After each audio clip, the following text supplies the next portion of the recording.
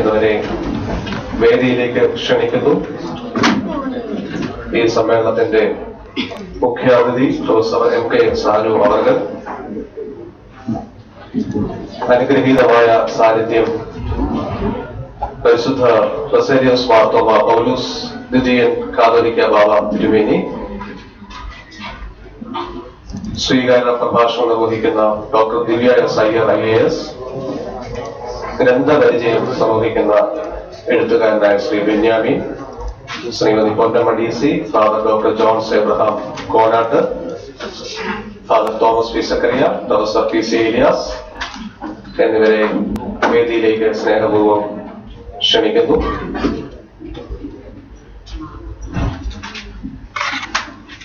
പരിശുദ്ധ കാതോലിക്ക ബാവായുടെ ജീവിതവും ദർശനവും ബെന്യാമിൻ എന്ന അനുഗ്രഹീത എഴുത്തുകാരനുമായുള്ള സംഭാഷണത്തിന്റെ രൂപത്തിൽ അവതരിപ്പിക്കുന്ന പുസ്തകമാണ് ജീവിത കാഴ്ചകൾ.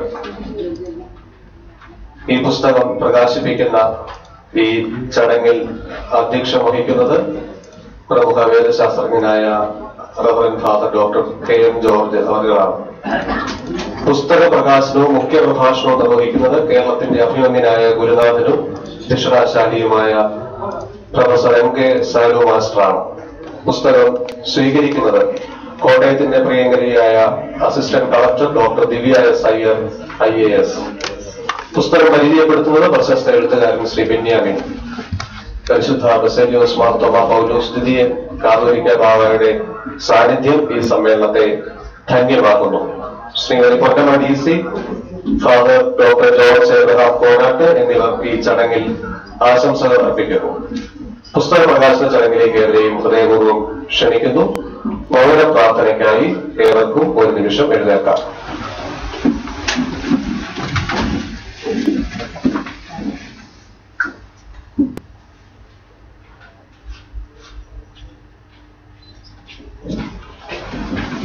ഈ സമ്മേളനത്തിന് സ്വാഗതം ആശംസിക്കുന്നതിനായി മലങ്കര ഓർത്തഡോക്സ് സഭയുടെ public relations officer professor PC Elias അവരെ ക്ഷണിക്കുന്നു.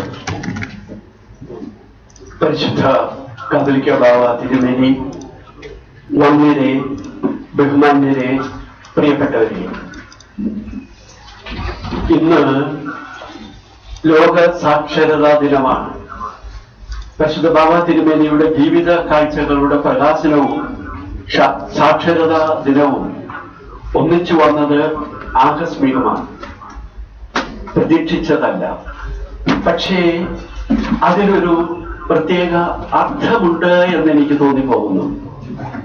ഇന്ന് ലോകം സാക്ഷരതാ ദിനം ആചരിക്കുമ്പോൾ സാക്ഷരതയിൽ വളരെ മുന്നിലുള്ള കേരളത്തിൽ പോലും സമാധാനമായി, സ്വസ്ഥമായി, പരസ്പരം സഹകരിച്ചും സഹിച്ചും ക്ഷമിച്ചും ജീവിക്കാൻ പറ്റാത്ത സാഹചര്യം സംജാതമായിരിക്കുകയാണ്. മനുഷ്യത്വം നഷ്ടപ്പെടുന്നു. സാക്ഷരത വർദ്ധിക്കുന്നതോടെ രാക്ഷസതയും വർദ്ധിക്കുന്നു, മനുഷ്യ സ്നേഹം കുറയുന്നു, വായനാശീലം കുറഞ്ഞു പോകുന്നു. ഈ മനുഷ്യത്വം കുറയുന്നു, വായനാശീലം കുറയുന്നു എന്നുള്ള രണ്ട് ആരോപണങ്ങൾക്ക് ഉത്തരവാണ് ഈ വേദി. പരിശുദ്ധ ബസേലിയോസ് മാർത്തോമ പൗലോസ് ദ്വിതീയൻ കാതോലിക്ക ബാവ ഓരോ സന്ദർഭത്തിലും ആവർത്തിച്ച് പറയാറുള്ളത് പോലെ പ്രവർത്തിക്കുന്ന ഒരു വ്യക്തിയാണ്. 70ാം ജന്മദിനം ആചരിച്ചപ്പോൾ അത് ആഘോഷമാകരുത്, ആർഭാടമാകരുത് എന്ന് നിർബന്ധിച്ച് അഗതികളോടൊപ്പം, ഭിന്നശേഷിയുള്ള കുട്ടികളോടൊപ്പം ആ ദിനം ചെലവഴിച്ച പരിശുദ്ധ പിതാവ്, അതാണ് അദ്ദേഹത്തിന്റെ ഇന്റഗ്രേറ്റഡ് പേഴ്സണാലിറ്റി. പറയുന്നതും ചിന്തിക്കുന്നതും പ്രവർത്തിക്കുന്നതും തമ്മിൽ ഒത്തുപോകുന്നു എന്നത്. അതിന് കഴിയുന്നില്ല എന്നുള്ളതാണ് ഇന്ന് നമ്മിൽ പലരുടെയും ബുദ്ധിമുട്ടും. പരിശുദ്ധ ബാവ തിരുമേനിക്ക് അല്പം വൈകിപ്പോയെങ്കിലും ജന്മദിന ആശംസകൾ നേർന്നുകൊണ്ട് ആ ജന്മദിനത്തോടനുബന്ധിച്ച് തന്നെ അദ്ദേഹത്തിന്റെ ജീവിത കാഴ്ചകൾ ഇന്നിവിടെ പ്രകാശിപ്പിക്കപ്പെടുന്നു. പരിശുദ്ധ ബാവ തിരുമേനിയെ ഇന്നിവിടെ കൂടിയിരിക്കുന്ന ഏവരുടെയും പേരിൽ സവിനയം ഞാൻ സ്വാഗതം ചെയ്യുന്നു. ഇന്നത്തെ അധ്യക്ഷൻ നമുക്കെല്ലാം സുപരിചിതനായ ബഹുമാനപ്പെട്ട ഫാദർ ഡോക്ടർ KM ജോർജാണ്. പക്ഷെ അദ്ദേഹം അതിഥിയല്ല, ആതിഥേയരിൽ പ്രമുഖനാണ്. അതുകൊണ്ട് അദ്ദേഹത്തെ പ്രത്യേകിച്ച് എടുത്തു പറഞ്ഞ് സ്വാഗതം ചെയ്യുന്നത് തന്നെ അഭംഗിയാണ്. എങ്കിൽ പോലും വേൾഡ് കൗൺസിൽ ഓഫ് ചർച്ചസിന്റെ ഡയലോഗ് കമ്മിറ്റി അംഗവും ഇപ്പോൾ ഏറ്റവും ഒടുവിൽ മഹാത്മാഗാന്ധി സർവകലാശാലയിലെ ഡോക്ടർ പൗലോസ് മാർ ഗ്രിഗോറിയോസ് ചെയറിന്റെ അധ്യക്ഷ സ്ഥാനത്ത് വരെ എത്തിയിട്ടുള്ള ബഹുമാനപ്പെട്ട ജോർജ് അച്ഛനെ സന്തോഷത്തോടു കൂടി സ്വാഗതം ചെയ്യുന്നു. ഇന്നത്തെ മുഖ്യ അതിഥി വാസ്തവത്തിൽ പ്രൊഫസർ MK സാനു മാസ്റ്ററാണ്. അനുകരണീയനായ അധ്യാപകൻ, ചിന്തകൻ, ഗ്രന്ഥകാരൻ എന്നീ നിലകളിൽ കേരളത്തിൽ ഇന്ന് ജീവിച്ചിരിക്കുന്നവരിൽ സാഹിത്യ തറവാട്ടിലെ കാരണവർ എന്ന് ഏത് അർത്ഥത്തിലും വിശേഷിപ്പിക്കാവുന്ന ബഹുമാനപ്പെട്ട ആരാധ്യനായ പ്രൊഫസർ MK സാനു മാസ്റ്ററെ ഈ ക്ഷണം സ്വീകരിച്ച് ഇന്നിവിടെ ഇത്ര ദൂരം യാത്ര ചെയ്ത് എത്തിച്ചേർന്ന് ഞങ്ങളെ അനുഗ്രഹിക്കുന്നതിന് പ്രൊഫസർ MK സാനു മാസ്റ്ററെ എവരുടെയും പേരിൽ ഞാൻ സ്വാഗതം ചെയ്യുന്നു. Doctor Divya S. Iyer IAS കോട്ടയത്തിന്റെ assistant കളക്ടറായി ചുമതലയേറ്റിട്ട് ദിവസങ്ങളെ ആയിട്ടുള്ളൂ. പക്ഷെ ഇതിനകം തന്നെ നമ്മുടെ മനസ്സിലൊക്കെ ഒരു സ്ഥാനം പിടിച്ചു കഴിഞ്ഞു. കാരണം മാഡത്തെ ക്ഷണിക്കുന്നതിനായി ബഹുമാനപ്പെട്ട വർഗീസ് ലാലച്ചനും ഞങ്ങളെല്ലാം കൂടെ ചെന്ന് കഴിഞ്ഞപ്പോ പറഞ്ഞ ഒരു കാര്യം ഒരു പിതൃസ്ഥാനത്ത് നിന്ന് എന്റെ ഹൃദയം നിറയാനിടയാക്കി. മാഡം പറഞ്ഞു, മാഡത്തിന്റെ ആദ്യത്തെ പുസ്തകവും പ്രസിദ്ധീകരിച്ചത് DC ബുക്സ് ആണെന്ന്. എനിക്കത് അറിവില്ലായിരുന്നു. അതുകൊണ്ട് ആ അർത്ഥത്തിൽ ഈ പൊതുഭരണ രംഗത്ത് ഉദിച്ചുയരുന്ന ഒരു താരം, എഴുത്തുകാരി, ഗായക, നർത്തകി എന്നീ നിലകളിലെല്ലാം കോട്ടയംകാർക്ക് മാത്രമല്ല ഇപ്പൊ കേരളത്തിൽ അങ്ങോളം ഇങ്ങോളമുള്ള ജനങ്ങൾക്ക് ഒരു ഓമന പുത്രിയായി തീർന്നിട്ടുള്ള ഡോക്ടർ ദിവ്യ S. അയ്യർ IASനെ medical doctorate Vellore Christian medical കോളേജിൽ MBBS കഴിഞ്ഞാണ് IASന് അദ്ദേഹം പോയിട്ടുള്ളത്. Doctor Divya S. അയ്യരെ സസന്തോഷം സ്വാഗതം ചെയ്യുന്നു.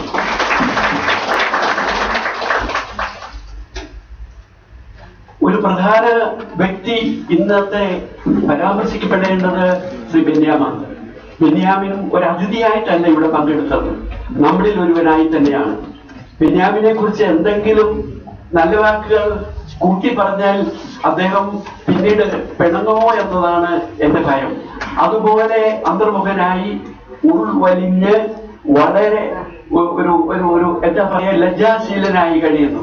ഇന്ന് പരിശുദ്ധ ബാബ തിരുമേനിയോടൊപ്പം ഇരുന്ന് സംസാരിച്ചപ്പോ ഡോക്ടർ ദിവ്യ S. അയ്യർ പറഞ്ഞു, ശ്രീ DP ശ്രീനിവാസൻ ദിവ്യ S. അയ്യരോട് പറഞ്ഞു, ബെന്യാമിനെ പരിചയപ്പെടേണ്ട വ്യക്തിയാണ്, ഗൾഫിൽ ഒന്നിച്ചൊരു വേദിയിൽ പരിചയപ്പെട്ടതാണ്, ഈ കേൾക്കുന്നത് പോലെയുള്ള ബാഹ്യമോടികളോ വലിയ പ്രകടനാത്മകതയോ ഇല്ലാത്ത വ്യക്തിയാണ് എന്ന് പറഞ്ഞു. അതുകൊണ്ട് പരിചയപ്പെടാൻ ഞാൻ കാത്തിരിക്കുകയായിരുന്നു എന്ന് പറഞ്ഞു. ശ്രീ ബെന്യാം ആടു ജീവിതത്തിലൂടെ അനശ്വരനായി കഴിഞ്ഞു. ഇന്നിതാ പരിശുദ്ധ ബാവ തിരുമേനിയുമായുള്ള സംഭാഷണത്തിന്റെ അടിസ്ഥാനത്തിൽ മറ്റൊരു അനശ്വര അംശം കൂടി അദ്ദേഹം കൈവരിക്കുകയാണ്. ഒട്ടും ദീർഘിച്ചു പറയാതെ ശ്രീ ബെന്യാമിനെ ഹൃദയത്തിന്റെ ഭാഷയിൽ ഞാൻ സ്വാഗതം ചെയ്യുന്നു. പൊന്നമ്മ കൊച്ചമ്മ വേദിയിലുണ്ട്. ഇവിടെ എന്തുകൊണ്ട് ഇത്രയും പ്രായത്തിന്റെ ബുദ്ധിമുട്ടൊക്കെ ഉണ്ടായിട്ടും എന്നെ ക്ഷണിച്ചു എന്ന് ചോദിച്ചു. ഇവിടെ ഇരിക്കുന്ന എല്ലാവർക്കും അറിയാം, DC കിഴക്കേമുറി ഇന്ന് നമ്മളൊപ്പം ഇല്ലെങ്കിലും ഒരു ഒരു ജ്വലിക്കുന്ന ജ്വാലയായി കേരള സമൂഹത്തിൽ അദ്ദേഹം ഉണ്ട്. ഈ ഏഷ്യയിലെ ഏറ്റവും വലിയ പബ്ലിഷിംഗ് ഹൗസിന്റെ സ്ഥാപകൻ എന്ന നിലയിൽ അതിന്റെ പിന്മുറക്കാരനായ ശ്രീ ഡെവി DCക്കും ഇന്ന് ഇവിടെ ഈ ചടങ്ങിൽ പങ്കെടുക്കാൻ കഴിഞ്ഞില്ല. അദ്ദേഹത്തിന് ഡൽഹിയിൽ അത്യാവശ്യമായി പോയേണ്ടി വന്നു.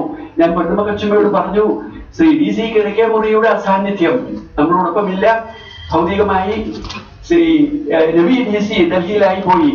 ഇതിനെല്ലാം പകരം നിന്നുകൊണ്ട് എല്ലാ അമ്മമാരെയും പ്രതിനിധീകരിച്ച് ഈ DC ബുക്സിന്റെ അമ്മയായ, ഒരർത്ഥത്തിൽ മലയാളത്തിന്റെ അമ്മയായ ശ്രീമതി പൊന്നമ്മ കൊച്ചമ്മയെ ഞാൻ ഈ വേദിയിലേക്ക് സ്വാഗതം ചെയ്യുന്നു.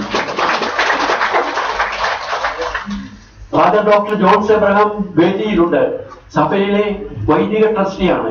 അദ്ദേഹവും അതിഥിയല്ല, ഇതിന്റെ പ്രധാന നടത്തിപ്പുകാരിൽ ഒരാളാണ്. അദ്ദേഹം കോട്ടയം വൈദിക സെമിനാരിയിലെ പ്രൊഫസർ എന്ന നിലയിലും വൈദിക ട്രസ്റ്റി എന്നുള്ള നിലയിലും സുദീർഘമായി സേവനമനുഷ്ഠിക്കുന്ന ബഹുമാനപ്പെട്ട കോനാട്ടച്ചനെ ഞാൻ ഈ വേദിയിലേക്ക് സ്വാഗതം ചെയ്യുന്നു. പരിശുദ്ധ പിതാവിന്റെ principal secretary father Thomas Zacharia വേദിയിലുണ്ട്. ഈ കാര്യത്തിന് വേണ്ടി വർഗീസ് ലാലച്ചനൊക്കെ ഓരോ കാര്യത്തിന് കഷ്ടപ്പെട്ട് ഓടുമ്പോൾ അതിന് പിന്തുണയും താങ്ങും തണലുമായി വർദ്ധിച്ചിട്ടുള്ള തോമസ് സക്കറിയച്ചനാണ്. ബഹുമാനപ്പെട്ട അച്ഛനെയും ഈ വേദിയിലേക്ക് ഞാൻ സ്വാഗതം ചെയ്യുന്നു. ഇനിയും പേരെടുത്ത് പറഞ്ഞ് ആരെയും സ്വാഗതം ചെയ്യാൻ ഞാൻ ആ സാഹസത്തിന് മുതിരുന്നില്ല. വന്യ വൈദികരെ, ഗുരുക്കന്മാരെ, സ്നേഹിതരെ, പ്രിയപ്പെട്ടവരെ, സുസ്വാഗതം ഈ ധന്യമായ ചടങ്ങിലേക്ക്. സാറിനോട് നന്ദി അറിയിക്കുന്നു. പ്രവാസി ജീവിതത്തെ ഏറ്റവും സത്യസന്ധമായി ആവിഷ്കരിച്ച ആടുജീവിതം മുതൽ ഏറ്റവും ഒടുവിൽ പ്രസിദ്ധീകരിച്ച പാകിസ്ഥാൻ കുറിപ്പുകൾ വരെ മലയാളി വായനക്കാരുടെ ഹൃദയത്തിൽ ഇടം പിടിച്ച രചനകളുടെ ഉടമയാണ് ശ്രീ ബെന്യാമിൻ. പരിശുദ്ധ കാതോലിക്ക ബാബ തിരുമേനിയുമായി ബെന്യാമിൻ നടത്തുന്ന സംവാദമാണ് ഇന്ന് പുസ്തക രൂപത്തിൽ പ്രകാശനം ചെയ്യപ്പെടുന്നത്. ഗ്രന്ഥ പരിചയം നിർവഹിക്കുന്നതിനായി ശ്രീ ബെന്യാമിനെ സ്നേഹപൂർവ്വം ക്ഷണിക്കുന്നു.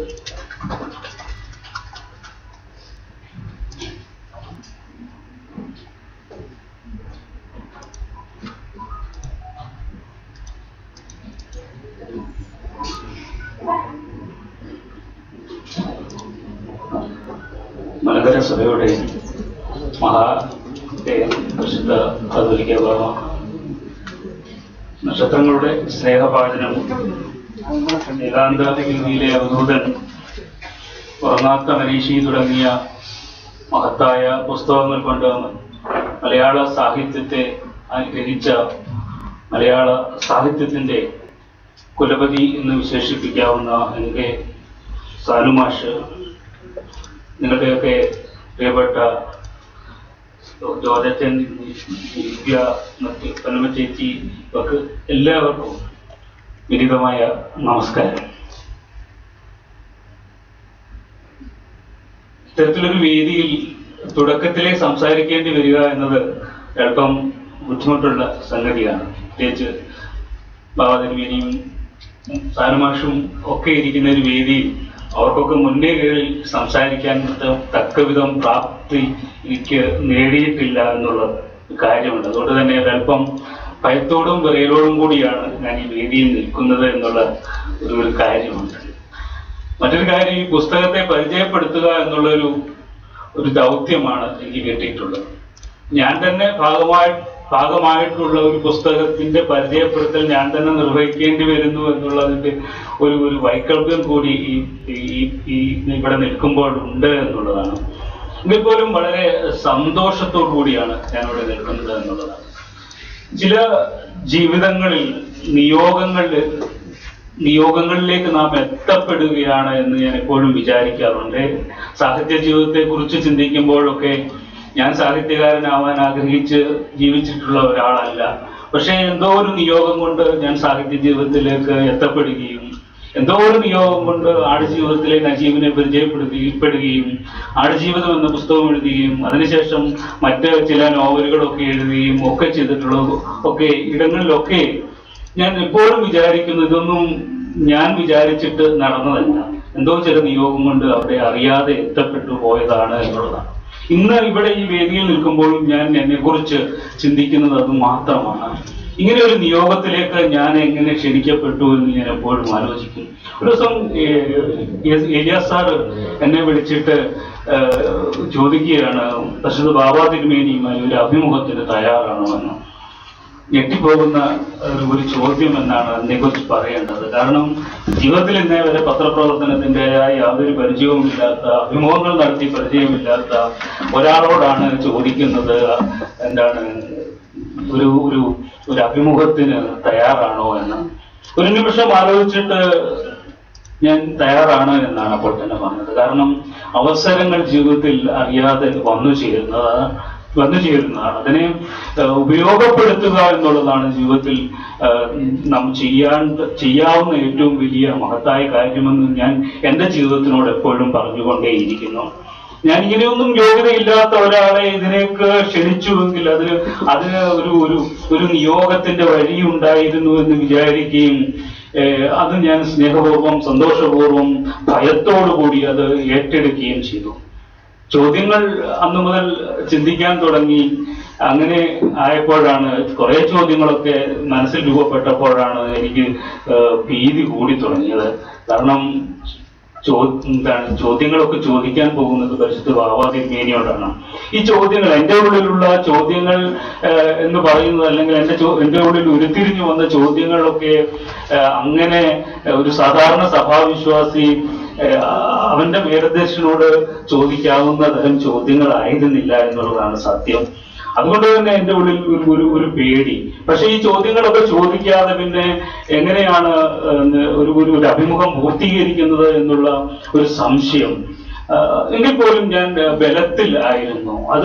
അതിന്റെ കാരണം എനിക്ക് വളരെ അകലെ നിന്നാണെങ്കിൽ പോലും ബാബാ തിരുമേനിയെ അറിയാം എന്നുള്ളത് തന്നെയായിരുന്നു. നമ്മുടെ കാലത്തിൽ പല മഹാപുരോഹിതന്മാരെയും പല സഭാ നേതാക്കളെയും സംഘടനാ നേതാക്കളെയും ഒക്കെ പരിചയപ്പെടുമ്പോഴും അതിനൊക്കെ അപ്പുറത്ത് നിൽക്കുന്ന ഒരു വ്യക്തിത്വം, ഒരു പ്രകാശം, ഒരു ചൈതന്യം, അതിനൊക്കെ അപ്പുറത്ത് നിൽക്കുന്ന ഒരു ലാളിത്യം, ഒരു ആർജവബോധം, എന്തും പറയാനുള്ള, സത്യസന്ധമായി തുറന്നു പറയാനുള്ള ഒരു ആർജവം, ഇതൊക്കെ നാം അകലെ നിന്ന് കാണുമ്പോൾ നിശ്ചയമായിട്ടും ഇത്തരം ചോദ്യങ്ങളോട് തിരുമേനി രൂക്ഷമായി അല്ല പ്രതികരിക്കുക എന്ന് എനിക്ക് തോന്നി.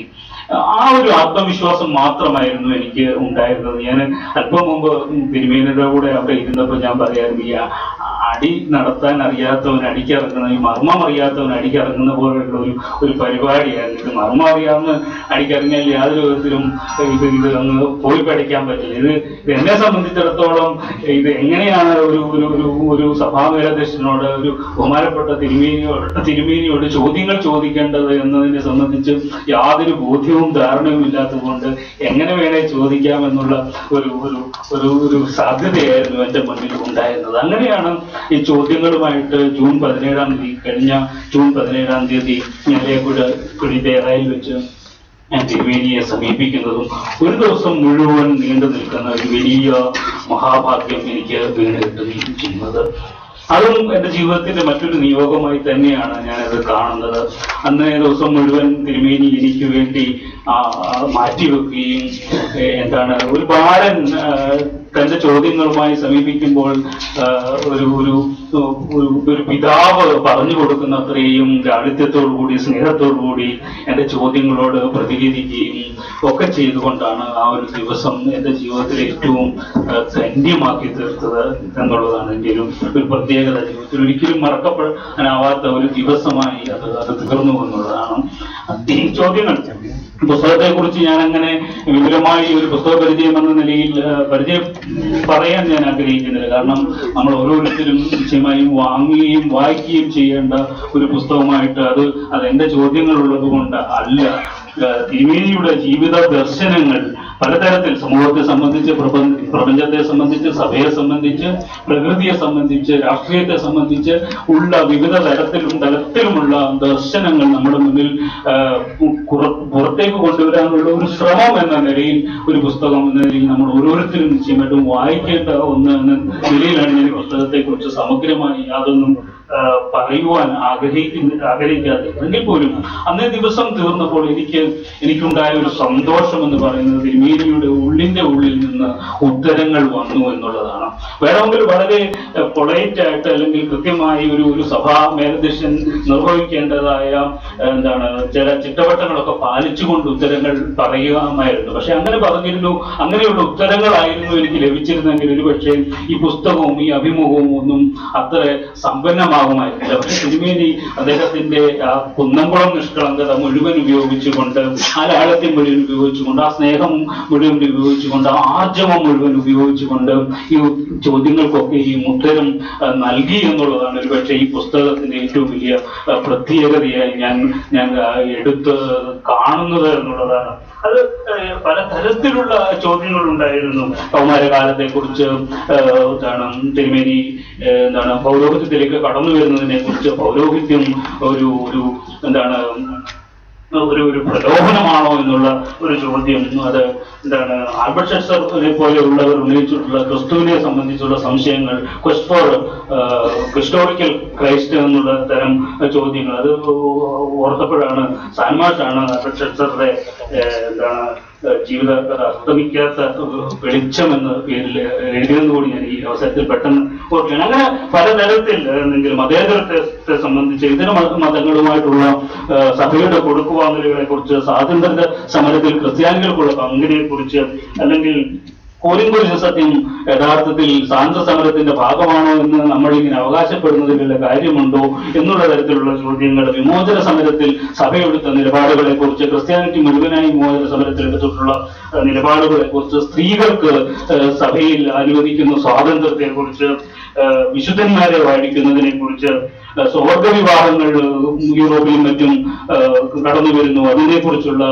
സഭയുടെയും തിരുമേനിയുടെയും നിലപാട്, സഭയും കമ്മ്യൂണിസ്റ്റ് വിശ്വാസങ്ങളും തമ്മിലുള്ള നിലപാടുകൾ, പ്രകൃതി, സമൂഹം, മനുഷ്യൻ, ഇങ്ങനെയുള്ള ഒരു സാധാരണക്കാരൻ അല്ലെങ്കിൽ ഒരു സന്ദേഹി, ഒരുപക്ഷെ ഒരു അവിശ്വാസി അല്ലെങ്കിൽ ഒരു ഇതര മതവിശ്വാസി ഒക്കെ ചോദിക്കാവുന്ന തരം ചോദ്യങ്ങളായിരുന്നു അതിലുണ്ടായിരുന്നത്. അവയോടൊക്കെ തിരുമേനി വളരെ ക്രിയാത്മകമായി പ്രതികരിച്ചതിന്റെ ഒരു ബാക്കിപത്രമാണ് ഈ പുസ്തകത്തിന്റെ പകുതി ഭാഗം എന്നുള്ളതാണ് സത്യം. ഇതിന്റെ ആദ്യ ഭാഗം തിരുമേനിയുടെ തന്നെ ബാല്യകാലം മുതൽ അദ്ദേഹം പൗരോഹിത്യത്തിൽ എത്തുന്നത് വരെയുള്ള ജീവിതകഥ അദ്ദേഹം തന്നെ പറയുന്നു. അതുകൊണ്ട് തന്നെ ഇത് തിരുമേനിയുടെ പുസ്തകമാണ്, എന്റെ പുസ്തകമായിട്ട് നിങ്ങൾ ഒരിക്കലും കരുതരുത്. അതിന്റെ ഒരു ഭാഗമായി മാത്രം നിൽക്കാൻ കഴിഞ്ഞ മഹാഭാഗ്യത്തിന്റെ നടുവിലാണ് ഞാൻ നിൽക്കുന്നത്. പുസ്തകത്തെ കുറിച്ച് ഇങ്ങനെ പറഞ്ഞു ഞാൻ മുകളിലേക്ക് കയറുന്നില്ല. നമ്മളുടെ വായനയിൽ അത് ഉൾപ്പെടുത്തുകയും തിരുമേനിയുടെ ജീവിത ദർശനങ്ങൾ ലോകം മുഴുവൻ പ്രചരിപ്പിക്കാൻ തക്കവണ്ണം, അറിയുവാൻ തക്കവണ്ണം ഉപകരിക്കപ്പെടുന്ന ഒരു പുസ്തകമായി മാറും എന്നുള്ളതാണ് ഇതിന്റെ ഒരു പ്രത്യേകതയായി ഞാൻ കാണുന്നത്. ഇത്തരത്തിൽ ഉള്ള സഭാ മേലധ്യക്ഷന്മാരുടെ സാന്നിധ്യം വല്ലാതെ കുറഞ്ഞുകൊണ്ടിരിക്കുന്ന ഒരു കാലഘട്ടത്തിലാണ് നാം ജീവിക്കുന്നത് എന്നുള്ളതാണ് ഏറ്റവും പ്രധാനപ്പെട്ട കാര്യം എന്ന് പറയുന്നത്. കാരണം പലപ്പോഴും വിട്ടുവീഴ്ചകൾക്ക് തയ്യാറാവുന്ന തരത്തിലുള്ള അതുകൊണ്ടാണ് ഒരു പക്ഷേ തിരുമേനിയോട് തന്നെ ഞാൻ ചോദിക്കുന്നുണ്ട്, എന്തുകൊണ്ടാണ് മുൻകാലങ്ങളിലുള്ള പല സാമൂഹിക പരിഷ്കർത്താക്കളെ പോലെയുള്ള നേതാക്കൾ നമ്മുടെ ഇടയിൽ നിന്ന് ഉയർന്നു വരാത്തത് എന്നുള്ള ഒരു ചോദ്യം ചോദിക്കുന്നുണ്ട്. തിരുമേനി അതിന് കൃത്യമായ മറുപടി അത് നമുക്ക് നൽകുകയും ചെയ്തിട്ടുണ്ട്. പക്ഷേ തിരുമേനിയുടെ നിലപാടുകളിൽ പൗരോഹിത്യം അപകടപ്പെടുമ്പോൾ നമുക്ക് ക്രിസ്തു ക്രൂശിക്കപ്പെടുന്നു എന്ന് പറയുവാനുള്ള ഒരു ആർജവം കാണിക്കുന്ന ഒരു തിരുമേനി, അല്ലെങ്കിൽ സംശുദ്ധിയില്ലാത്ത ചാരിറ്റി അപകടമാണ് എന്ന് വിളിച്ചു പറയാൻ ധൈര്യം കാണിക്കുന്ന ഒരാൾ ഇന്നത്തെ നമ്മുടെയൊക്കെ സമൂഹത്തിന് നേരെ തുറന്ന കണ്ണാടിയായി മാറുന്നുണ്ട് എന്നുള്ളതാണ് യാഥാർത്ഥ്യം. തീർത്ഥാടനങ്ങൾ എന്ന് വലിയ ആഘോഷങ്ങളല്ല, ത്യാഗമാണ് എന്ന് പറയുന്ന, ത്യാഗമാണ് എന്ന് സൂചിപ്പിക്കുന്ന തരത്തിലുള്ള പ്രസ്താവനകൾ കൊണ്ട് സമൂഹത്തിൽ, ഒരുപക്ഷെ ലോക സമൂഹത്തിൽ പോപ്പ് തിരുമേനി നടത്തുന്നതിന് തുല്യമായ ധീരതയുള്ള പ്രസ്താവനകൾ കൊണ്ട് സമൂഹത്തിന്റെ കണ്ണു തുറപ്പിക്കുവാൻ തക്കമുള്ള ഒരു മഹാ മനുഷ്യൻ നമ്മുടെ മുന്നിൽ ഇരിക്കുമ്പോൾ അദ്ദേഹത്തിന്റെ കാഴ്ചകൾ സഭയുടെ ചുറ്റുവട്ടങ്ങളിൽ നിന്ന് പുറം കടന്നിട്ട് കേരളത്തിൽ എമ്പാടും മലയടിക്കേണ്ട ഒരു കാലത്തിൽ ആണ് നാം നിൽക്കുന്നത് എന്നുള്ളതാണ് ഒരുപക്ഷെ ഈ പുസ്തകത്തിന്റെ വലിയ പ്രത്യേകതയായി ഞാൻ കാണുന്നത്. ആ പുസ്തകത്തിലൂടെ തിരുമേനിയുടെ ദർശനങ്ങൾ കൂടുതൽ അറിയുവാൻ, അദ്ദേഹത്തെ കൂടുതൽ പരിചയപ്പെടുത്തുവാൻ നമുക്ക് കഴിയട്ടെ എന്ന് ആശംസിക്കുന്നു. ഞാൻ ഒരിക്കലും അവകാശപ്പെടുന്നില്ല ഈ പുസ്തകം തിരുമേനിയുടെ ജീവിതത്തിന്റെ സമ്പൂർണമായ ദർശനങ്ങളെ പുറത്തു കൊണ്ടുവരുന്ന ഒരു പുസ്തകമായി ഞാൻ ഒരിക്കലും ഇതിനെ കാണുന്നില്ല. അത് എന്റെ വീഴ്ചയായി എന്റെ പരിമിതിയായി നിങ്ങൾ സ്വീകരിക്കുക. പകരം തിരുമേനിയിൽ നിന്ന് ഇനിയും ധാരാളം ഉത്തരങ്ങൾ നമുക്ക് കിട്ടുവാനുണ്ട്. അതിനുള്ള ഒരു തുടക്കമായി ഇനിയും മഹത്തായ പുസ്തകങ്ങൾ, വലിയ ദർശനങ്ങൾ ഉൾപ്പെടുന്ന പുസ്തകങ്ങൾ ഉണ്ടാവാനുള്ള ഒരു തുടക്കമായി മാത്രം നിങ്ങൾ ഇതിനെ കാണുക. ഇതിന് അവസരം ഒരുക്കിയ സഭയുടെ ഏരിയ സാറ് വർഗീസ് ലാലച്ചന്, സഖ്യാടച്ചന്, അങ്ങനെയൊക്കെയുള്ള എല്ലാവരോടുമുള്ള നന്ദി കൂടി ഞാൻ ഈ അവസരത്തിൽ രേഖപ്പെടുത്തുകയാണ്. ധാരാളമായി മറ്റൊന്നും പറയുന്നില്ല. പുസ്തകം നമ്മുടെ ജീവിതത്തിന്റെ ആത്മീയവും ഭൗതികവുമായ ജീവിതത്തിന് വലിയ ഒരു ഉൾക്കരുത്താകും. അത് നമ്മളുടെ കൂടെ കരുതേണ്ട ഒരു പുസ്തകം ആയിരിക്കുമെന്ന് മാത്രം പറഞ്ഞുകൊണ്ട് ഞാൻ എൻ്റെ വാക്കുകൾ അവസാനിപ്പിക്കുന്നു. നന്ദി, നമസ്കാരം. ഗ്രന്ഥപരിചയം നിർവഹിച്ച ശ്രീ ബെന്യാമിനുള്ള നന്ദി അറിയിക്കുന്നു. പ്രഗത്ഭനായ വേദശാസ്ത്രജ്ഞനും ഓർത്തഡോക്സ് വൈദിക സെമിനാരി മുൻ പ്രിൻസിപ്പലും WCC പ്രോഗ്രാം മോഡറേറ്ററുമായ ആയിരുന്ന ഫാദർ ഡോക്ടർ കെ ജോർജ് അച്ഛനാണ് ഈ സമ്മേളനത്തിന് അധ്യക്ഷത വഹിക്കുന്നത്. ഇപ്പോൾ സോപാന അക്കാദമി ഡയറക്ടർ, MG സർവകലാശാല പൗലോസ് മാർ ഗ്രിഗോറിയോസ് ജയന്തി അധ്യക്ഷൻ എന്നീ നിലകളിൽ സേവനമനുഷ്ഠിക്കുന്ന അച്ഛനെ അധ്യക്ഷ പ്രസംഗത്തിനായി ക്ഷണിക്കുന്നു. വിശുദ്ധ ബാബാതിരുമേനി, ആദരണീയനായ സാനുമാഷ്, ശ്രീ ബെന്യാമിൻ, ശ്രീമതി ഡോക്ടർ ദിവ്യ S. അയ്യർ, പ്രിയപ്പെട്ട പൊന്നമ്മ കൊച്ചമ്മ, father doctor Kunat Johns Abraham, father Thomas secretary, ആദരണീയരായ സഹോദരങ്ങളെ, സ്നേഹിതരെ, ആത്മാംശമുള്ള ഒരു അഭിമുഖമാണ് ഇതിവിടെ പ്രകാശനം ചെയ്യുന്ന പുസ്തകം. ആ പുസ്തകം വായിച്ചു നോക്കുവാൻ നമുക്ക് ആർക്കും ഇതുവരെ സാധിച്ചിട്ടില്ല, എങ്കിലും അതാണ് ഞാൻ മനസ്സിലാക്കുന്നത്. ആത്മകഥ എന്ന് ചിലരെ വിശേഷിപ്പിക്കുമായിരിക്കും. ഈ ആത്മകഥ എന്നുള്ള വാക്കിനെ ആത്മാവിന്റെ കഥ എന്നും വ്യാഖ്യാനിക്കാം എന്ന് തോന്നുന്നു. പലപ്പോഴും നമ്മുടെ സാഹിത്യത്തിൽ ആത്മകഥകളെ പലരും ഭയപ്പെടുന്നുണ്ട്. അതിന്റെ കാരണം അത് ആത്മാവിന്റെ കഥയല്ല, അത് മറ്റു പലതിന്റെയും കഥയാകുന്നതുകൊണ്ടാണ്. എന്നാലെ പരിശുദ്ധ ബാബാതിരുമേനിയുടെ ആത്മാംശമുള്ള ഈ അഭിമുഖം ബെന്യാമിൻ തയ്യാറാക്കിയിരിക്കുന്നത് ആരെയും ഭയപ്പെടുത്താനല്ല എന്നെനിക്ക് തോന്നുന്നു. കാരണം ഹൃദയത്തിന്റെ പേശികൾക്ക് സുതാര്യതയുള്ള ഒരു വ്യക്തിയാണ് ബാബാതിരുമേനി. ബെന്യാമിൻ ഇവിടെ സൂചിപ്പിച്ചു കഴിഞ്ഞു. എങ്ങനെയാണ് അദ്ദേഹവുമായിട്ട് സംവദിക്കുക എന്നുള്ളത് അദ്ദേഹം വളരെ ഭയപ്പെട്ടിരുന്ന ഒരു സംഗതിയാണ്, എങ്കിലും അത് ഭംഗിയായിട്ട് നിർവഹിച്ചു. ഈ സംവാദം തുടരണം എന്നാണ് എനിക്ക് ഒരു എളിയ അപേക്ഷയുള്ളത്. കാരണം സാഹിത്യ നായകന്മാരും സാംസ്കാരിക നായകന്മാരുമായവർ മതത്തിന്റെ അധ്യക്ഷന്മാരുമായിട്ട് ഇനി അവരെ ക്ഷണിച്ചില്ലെങ്കിൽ പോലും കടന്നു എന്ന് സമ്മതിക്കണം. ഒരു അഭിമുഖത്തിൽ രണ്ടുപേര് മാത്രമേ ഉള്ളൂ. അത് സാധാരണ നമ്മുടെ മാധ്യമ ലോകത്ത് നടക്കുന്ന ഒരു കാര്യമാണ് അഭിമുഖം. ചോദ്യവും ഉത്തരവും, ചോദ്യവും ഉത്തരവും. അതിൽ നിന്ന് സംഭാഷണത്തിലേക്ക്, സംവാദത്തിലേക്ക് കടക്കണം. സംഭാഷണം ഒരുമിച്ചുള്ള ഭാഷണമാണ്, സംവാദം ഒരുമിച്ചുള്ള സംസാരമാണ്. അത് സമൂഹത്തിന്റെ എല്ലാ തുറയിൽപ്പെട്ട ആളുകളെയും ഒരുമിച്ച് കൊണ്ടുവന്ന് സംസാരിക്കുവാൻ, സർഗാത്മകമായി സംസാരിക്കുവാനുള്ള അവസരമാണ് സംവാദം അല്ലെങ്കിൽ സംഭാഷണം നടത്തുന്നത്. അതുകൊണ്ട് ബെന്യാമിൻ തുടങ്ങി വെച്ചിരിക്കുന്ന ഈ അഭിമുഖത്തിൽ നിന്ന് അദ്ദേഹം തന്നെ പരിശുദ്ധ ബാബാതിരുമേനിയെയും മറ്റ് പല മത അധ്യക്ഷന്മാരെയും, അതുപോലെ സാധാരണക്കാരായ ആളുകളെയും രാഷ്ട്രീയക്കാരെയും ഒക്കെ ഒരു സംവാദത്തിലേക്ക് നയിക്കും എന്നെനിക്ക് പ്രതീക്ഷയുണ്ട്. അതൊരു എളിയ അപേക്ഷയായിട്ട് പ്രത്യേകിച്ചും സാനുമാഷിന്റെ മുമ്പ് ഞാൻ അവതരിപ്പിക്കുകയാണ്. നമ്മുടെ ബൗദ്ധിക ലോകത്തിൽ, സാഹിത്യ ലോകത്തിൽ, സാംസ്കാരിക ലോകത്തിൽ ആചാര്യനാണ് സാനുമാഷ്. അദ്ദേഹം അത് ഇപ്പോഴും ചെയ്യേണ്ടത്. അതിന് ആരെയും ഭയപ്പെടേണ്ട കാര്യമില്ല.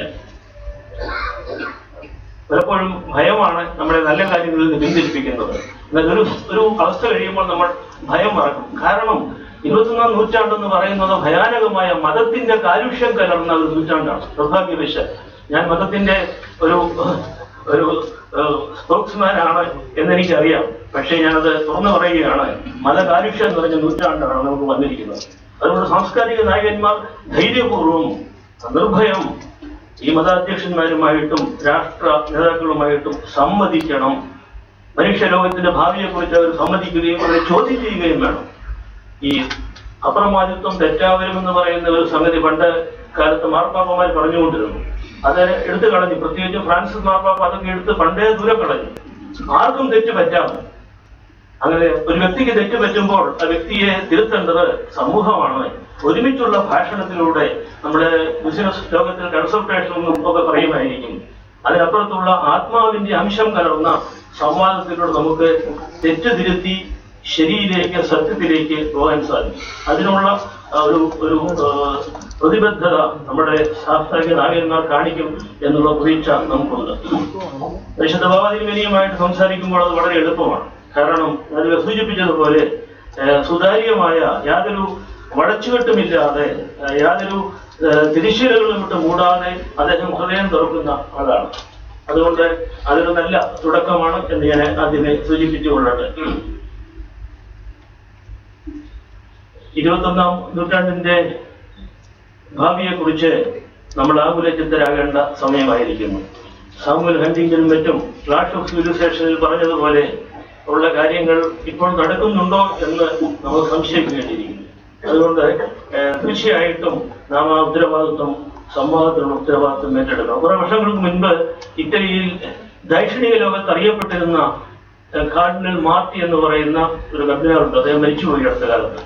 അതുപോലെ തന്നെ ലോകമാസകലം ദൈക്ഷണിക ലോകം ബഹുമാനിക്കുന്ന ഉംബർട്ടോ എക്കോ, എഴുത്തുകാരനും സീമിയോളജിസ്റ്റുമായ ഉംബർട്ടോ എക്കോയും തമ്മിൽ ഒരു സംഭാഷണം, വളരെ പ്രസിദ്ധമായ ആ സംഭാഷണം.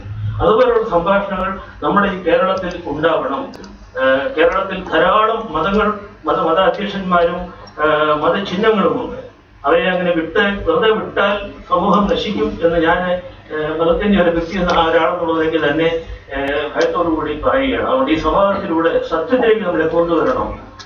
തെറ്റുകളിൽ നിന്ന് ശരിയിലേക്ക് നമ്മളെ നയിക്കുവാൻ നമുക്ക് എല്ലാവർക്കും ദൈവം അവസരം തരട്ടെ എന്ന് പ്രാർത്ഥിച്ചുകൊണ്ട് ഈ എളിയ എനിക്ക് ഈ അധ്യക്ഷ സ്ഥാനം നൽകിയതിൽ എന്റെ സംഘാടകരോട് നന്ദി പറഞ്ഞുകൊണ്ടും എന്റെ വാർത്തകൾ പുറത്താണ്.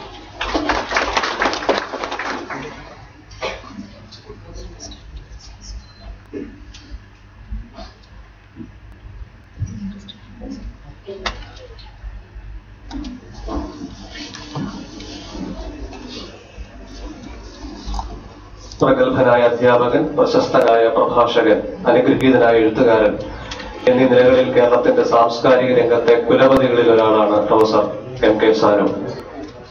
ദീർഘയാത്ര ചെയ്ത് അദ്ദേഹം ഈ സമ്മേളനത്തിൽ എത്തിച്ചേർന്നത് തന്നെ നമ്മുടെ ഭാഗ്യമാണ്.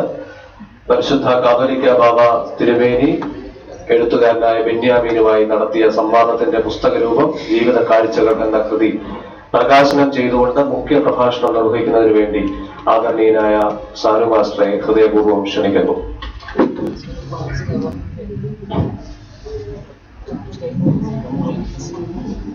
ഈ പുസ്തകം ഏറ്റുവാങ്ങുന്നത് കോട്ടയത്തിന്റെ പ്രിയങ്കരിയായ assistant collector doctor Divya S. Iyer IAS. പുസ്തക പ്രകാശനം നിർവഹിക്കുന്നതിന് വേണ്ടി സാനു മാസ്റ്ററെയും പുസ്തകം ഏറ്റുവാങ്ങുന്നതിന് വേണ്ടി ദിവ്യ S. അയ്യർ IAS-നെയും സ്നേഹത്തോടെ ക്ഷണിക്കുന്നു.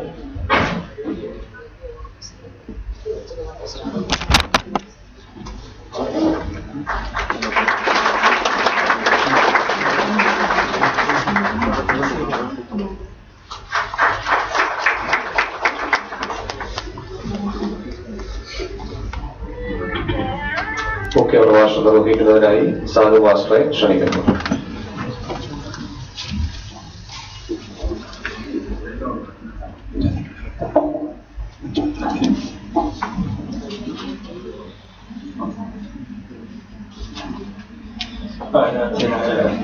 പരിശുദ്ധ ബാബ തിരുമേനി, എല്ലാ പേരും പറഞ്ഞ രചിക്കും വേദിയിലെ വിശിഷ്ട വ്യക്തികൾ, എനിക്ക് ഏറ്റവും പ്രിയപ്പെട്ട ശ്രീമതി പൊന്നമ്മ DC വളരെ കാലമായി കാണണമെന്ന് ആഗ്രഹിച്ചിരുന്നു. ഇന്ന് ഈ സന്ദർഭം അവരുടെ സൗഭാഗ്യം എനിക്ക് നൽകാൻ ശ്രമിച്ചു. സമാന്യരായ വൈദ്യുതി ശ്രേഷ്ഠരെ, പ്രിയപ്പെട്ടവർ,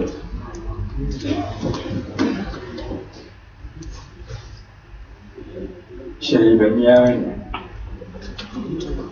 ഈ പുസ്തകത്തിൽ എഴുതിയ മുഖവിലയിൽ നിയോഗം എന്ന വാക്ക് ഉപയോഗിക്കുന്നുണ്ട്. ഇപ്പോൾ അദ്ദേഹം പറയുന്നുണ്ട്, അദ്ദേഹത്തിന് തിരുമേനിയുമായി സംഭാഷണത്തിലോ സംവാദത്തിലോ ഏർപ്പെടാനും അത് രേഖപ്പെടുത്താനും അവസരമുണ്ടായത് ഒരു നിയോഗമാണ് എന്നാണ് അദ്ദേഹം പറയുന്നത്.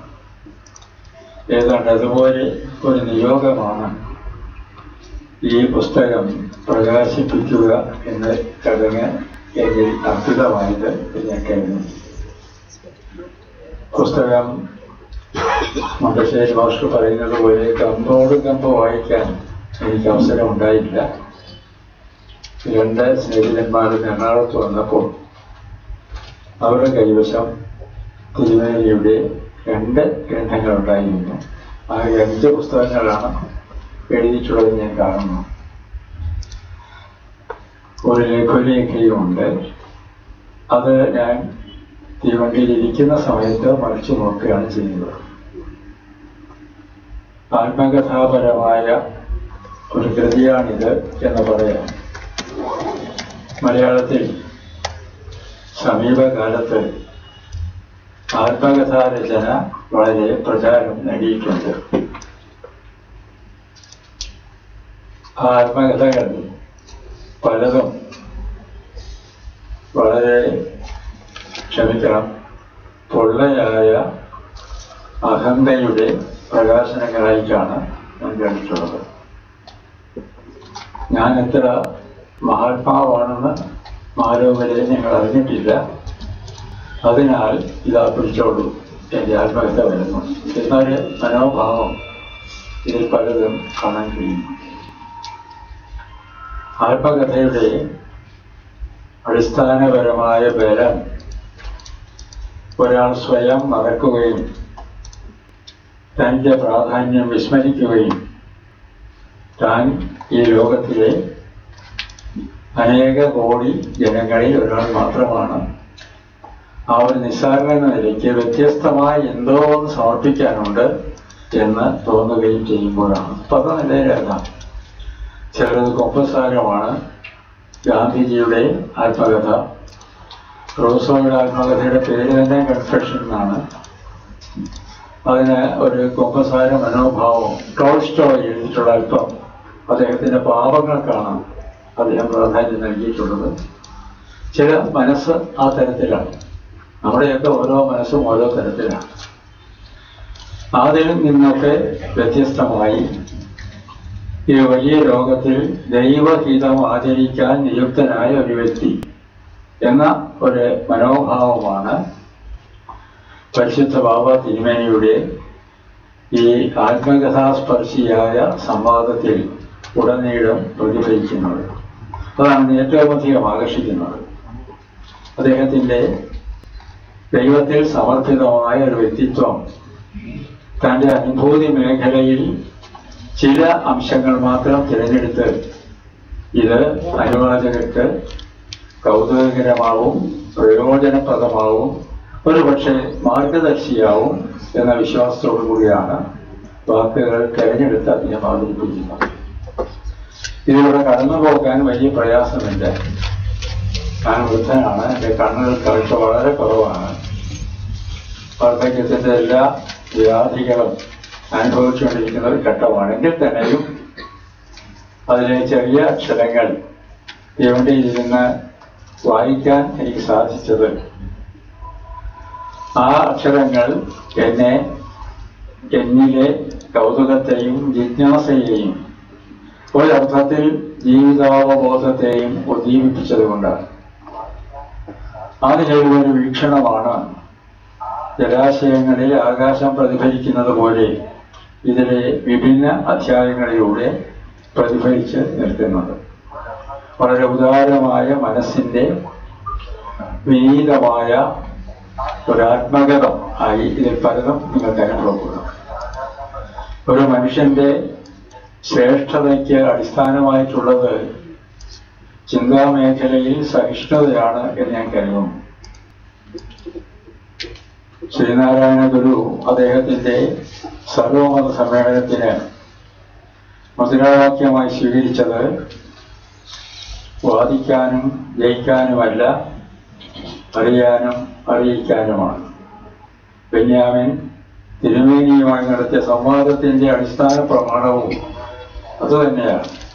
തിരുമേനിക്കൊന്നും വാദിച്ച് ജയിക്കാനില്ല, പക്ഷെ അറിയിക്കാനുണ്ട്, പല കാര്യങ്ങളും അറിയിക്കാനുണ്ട്. നിങ്ങൾ എന്തെങ്കിലും അറിയിച്ചാൽ അതറിയാനുള്ള ജിജ്ഞാസയും അദ്ദേഹത്തിനുണ്ട്. ഈ ഒരു മനോഭാവമാണ് ബൗദ്ധികമായ ധിഷണാപരമായ ഏത് സംവാദത്തിനും സജീവമായി തീരുന്നത്. ഇത് എൻ്റെ ഒരു സമീപനം മാത്രമല്ല, എല്ലാവരും തന്നെ മിക്കവാറും അത് സമീപിക്കുന്ന ഒന്നാണ്.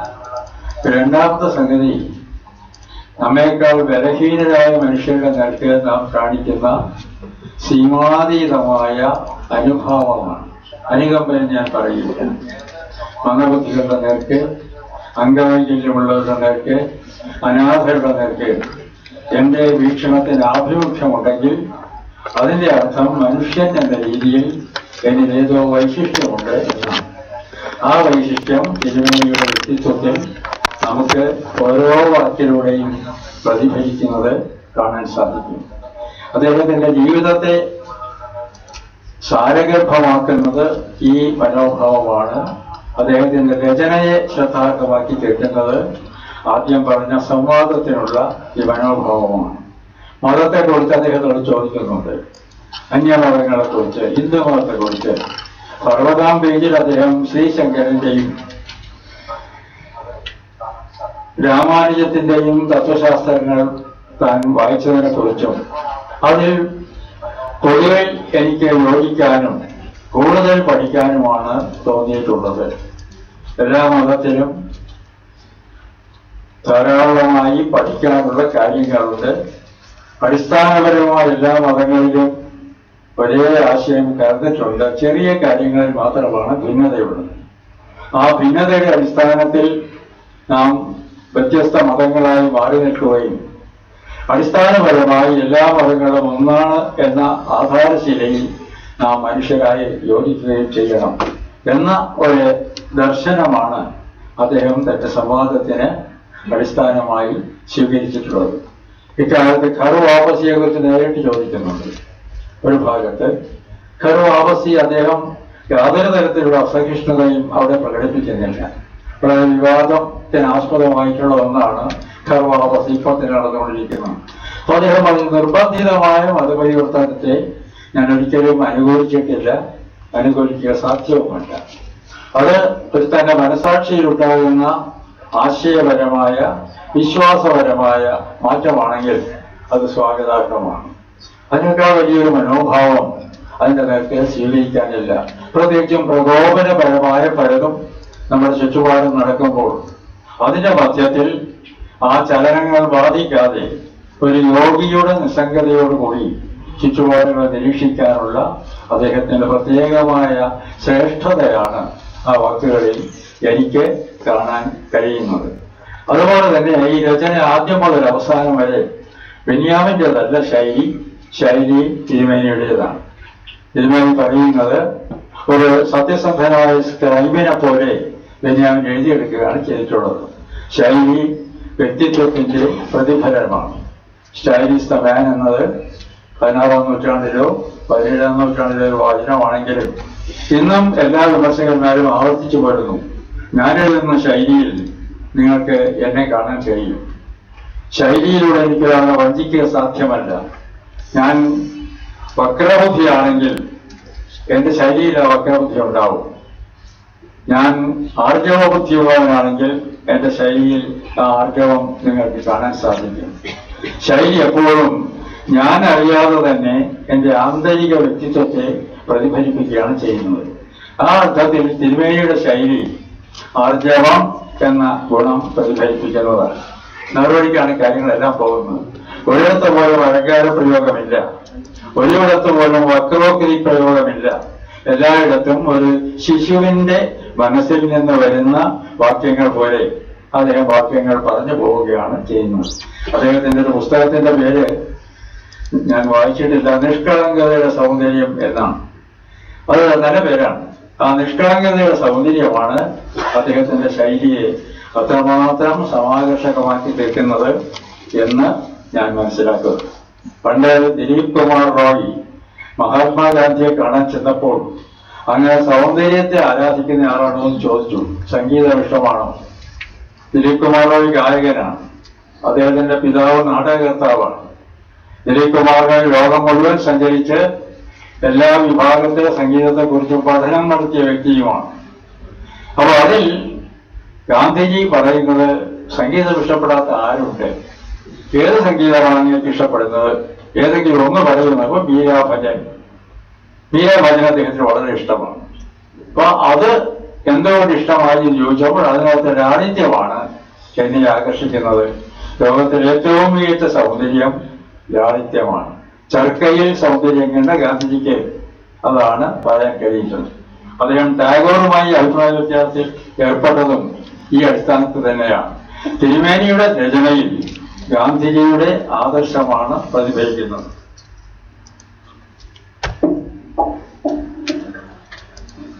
ലാളിത്യം, ചെടിക്കളങ്കത ഒക്കെ പര്യായ പദങ്ങളാണ് രണ്ടും. ഇങ്ങനെ മറ്റൊന്നും മാറ്റാൻ പറ്റുകയല്ലോ. ലാളിത്യം കപടമായിട്ടൊന്നും കാണിക്കാൻ സാധിക്കില്ല. നമുക്കത് എങ്ങനെയും മനസ്സിലാക്കുന്നു. അപ്പൊ ആ ലാളിത്യത്തിന്റെയും നിഷ്കളങ്കതയെയും ഈ സൗന്ദര്യം കലരുന്നത് കൊണ്ട് തന്നെയാണ് ആത്മകഥാസ്പർശിയായ ഈ കൃതി വളരെ കൃത്യമായ വായനയ്ക്ക് വിധേയമാകുന്നത് എന്നെനിക്ക് തോന്നുന്നു. അതുപോലെ തന്നെ അദ്ദേഹത്തിന്റെ ചില ചെറിയ ചെറിയ തൂലികാ ചിത്രങ്ങളുണ്ട്. ഉന്തുവണ്ടിയുമായി നടക്കുന്ന പൗരോന്നോ മറ്റോണ് പേര്. 70 വയസ്സായി. രാവിലെ പള്ളിയിൽ നിന്ന് ഇങ്ങോട്ട് നടക്കും. അവിടുന്ന് ഉന്തുവണ്ടിയുമായി പോകും. അതിന്റെ പൈസയായിട്ട് വരും. വൈകുന്നേരം വന്ന് പ്രാർത്ഥിക്കും. അത് നമുക്ക് ആ ഒരു ചിത്രം, അതാണ് സാഹിത്യ ഭാഷയ്ക്ക് തിരുമേനി സാഹിത്യം എഴുതണം എന്ന് ഉദ്ദേശിച്ചില്ലെങ്കിൽ തന്നെ വരുന്നൊരു പ്രത്യേകത അതാണ്. പത്രക്കാരുടെ ഭാഷയും ജേർണലിസ്റ്റിന്റെ ഭാഷയും, പത്രക്കാരെന്ന് പറഞ്ഞാൽ അതിനകത്തൊരല്പം പോരായ്മയുണ്ടെന്ന് എനിക്ക് തോന്നുന്നു. ജേർണലിസ്റ്റിന്റെ ഭാഷയും എഴുത്തുകാരൻ സാഹിത്യകാരന്റെ ഭാഷയും തമ്മിലുള്ള വ്യത്യാസം അതാണ്. ജേർണലിസ്റ്റിന് വസ്തുതകൾ അവതരിപ്പിച്ചാൽ മാത്രം മതി. സാഹിത്യകാരൻ അവതരിപ്പിക്കുമ്പോൾ രണ്ട് പ്രത്യേകതകൾ അതിൽ പ്രത്യേകമായി കരുതാറുണ്ട്. ഒന്ന്, അത് ഇന്ദ്രിയ വേദ്യമാകുന്നു എന്നതാണ്. സെൻഷോസ് അത് പറയാം. നമുക്കത് കാണാൻ സാധിക്കും. ഞാൻ കണ്ണുകൊണ്ട് കാണുകയോ അയാളുടെ ശബ്ദം കേൾക്കുകയോ ഇയാൾ പോകുന്ന ആ കാഴ്ച എന്റെ മനോമണ്ഡലത്തിൽ പ്രതിഫലിക്കുകയോ ചെയ്യുന്നു. അത് സാഹിത്യത്തെ സാഹിത്യമാക്കി തീർക്കുന്ന ഘടകങ്ങളിൽ ഒന്നാണ്. രണ്ടാമത്തേത് സാഹിത്യത്തിൽ വരുന്ന പ്രത്യേകത വാക്യങ്ങൾക്ക് കിട്ടുന്ന ഒരു താളമാണ്. അത് നമ്മൾ അറിഞ്ഞുകൊണ്ടുണ്ടാക്കുന്നതല്ല. ചില കൃതികളുണ്ട് നമ്മുടെ ഭാഷയിൽ തന്നെ വളരെ ലളിതമായി എഴുതി അതിൽ താളം വീക്ഷിക്കുന്നവരുണ്ട്. സി കെ തോമസ്, എനിക്ക് തോന്നുന്നു മലയാള ഭാഷയിൽ അതുല്യനായ ഒരു സ്റ്റൈലിസ്റ്റ് എന്ന് പറയാവുന്നത് സി എ തോമസാണ്. സി എ തോമസിന് ഞാൻ ചുറ്റി ചോദിച്ചു എങ്ങനെ കിട്ടി. ഞാൻ ബൈബിൾ എത്രയോ ആവർത്തി വായിച്ചിരിക്കുന്നു. ഞാൻ മനഃപൂർവ്വം ഉണ്ടാക്കുന്നതല്ലത്. ആ ബൈബിൾ വായനയിൽ നിന്ന് എന്നിൽ രൂപം പ്രാപിച്ച ഒരു സ്വഭാവ ഗുണമാണത്. അത് ഞാൻ അറിയാതെ എന്റെ രചനയിൽ പ്രതിഫലിക്കുന്നു എന്ന് മാത്രമേ. മാരാരുടേതും വളരെ മലയാളത്തിൽ ഏറ്റവും ശക്തമായ ഗദ്യങ്ങളിൽ ഒന്നാണ്.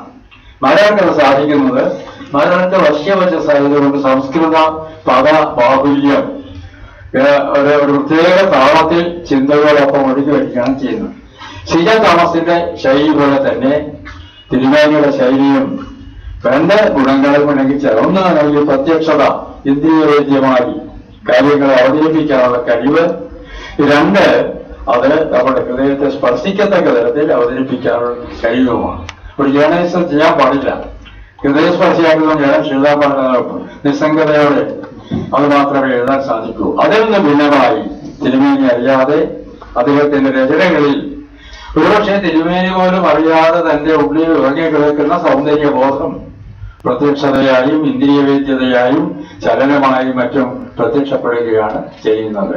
ഈ തരത്തിൽ പല ഗുണവിശേഷങ്ങൾ ഇണങ്ങിച്ചേർന്ന ഒന്നാണ് തിരുമേനിയുടെ ആത്മകഥ. മലയാളത്തിൽ ആത്മകഥകൾ ഞാൻ ധാരാളം വായിക്കുന്ന ഒരാളാണ്. കാരണം എനിക്ക് ആളെന്ന് അറിയണമെന്നുണ്ട്. ഓരോ വ്യക്തിയെ സംബന്ധിച്ച് അടുത്തിറങ്ങുമ്പോൾ പലരും എഴുതാൻ വിസമ്മതിക്കുന്നവരാണ്. സി എൻ ശ്രീകണ്ഠൻ നായർ കുറച്ചുകാലം കോട്ടയത്തായിരുന്നു. നാടകകർത്താവാണ്. പുതിയ തലമുറക്കാർ അറിയണമെന്നില്ല.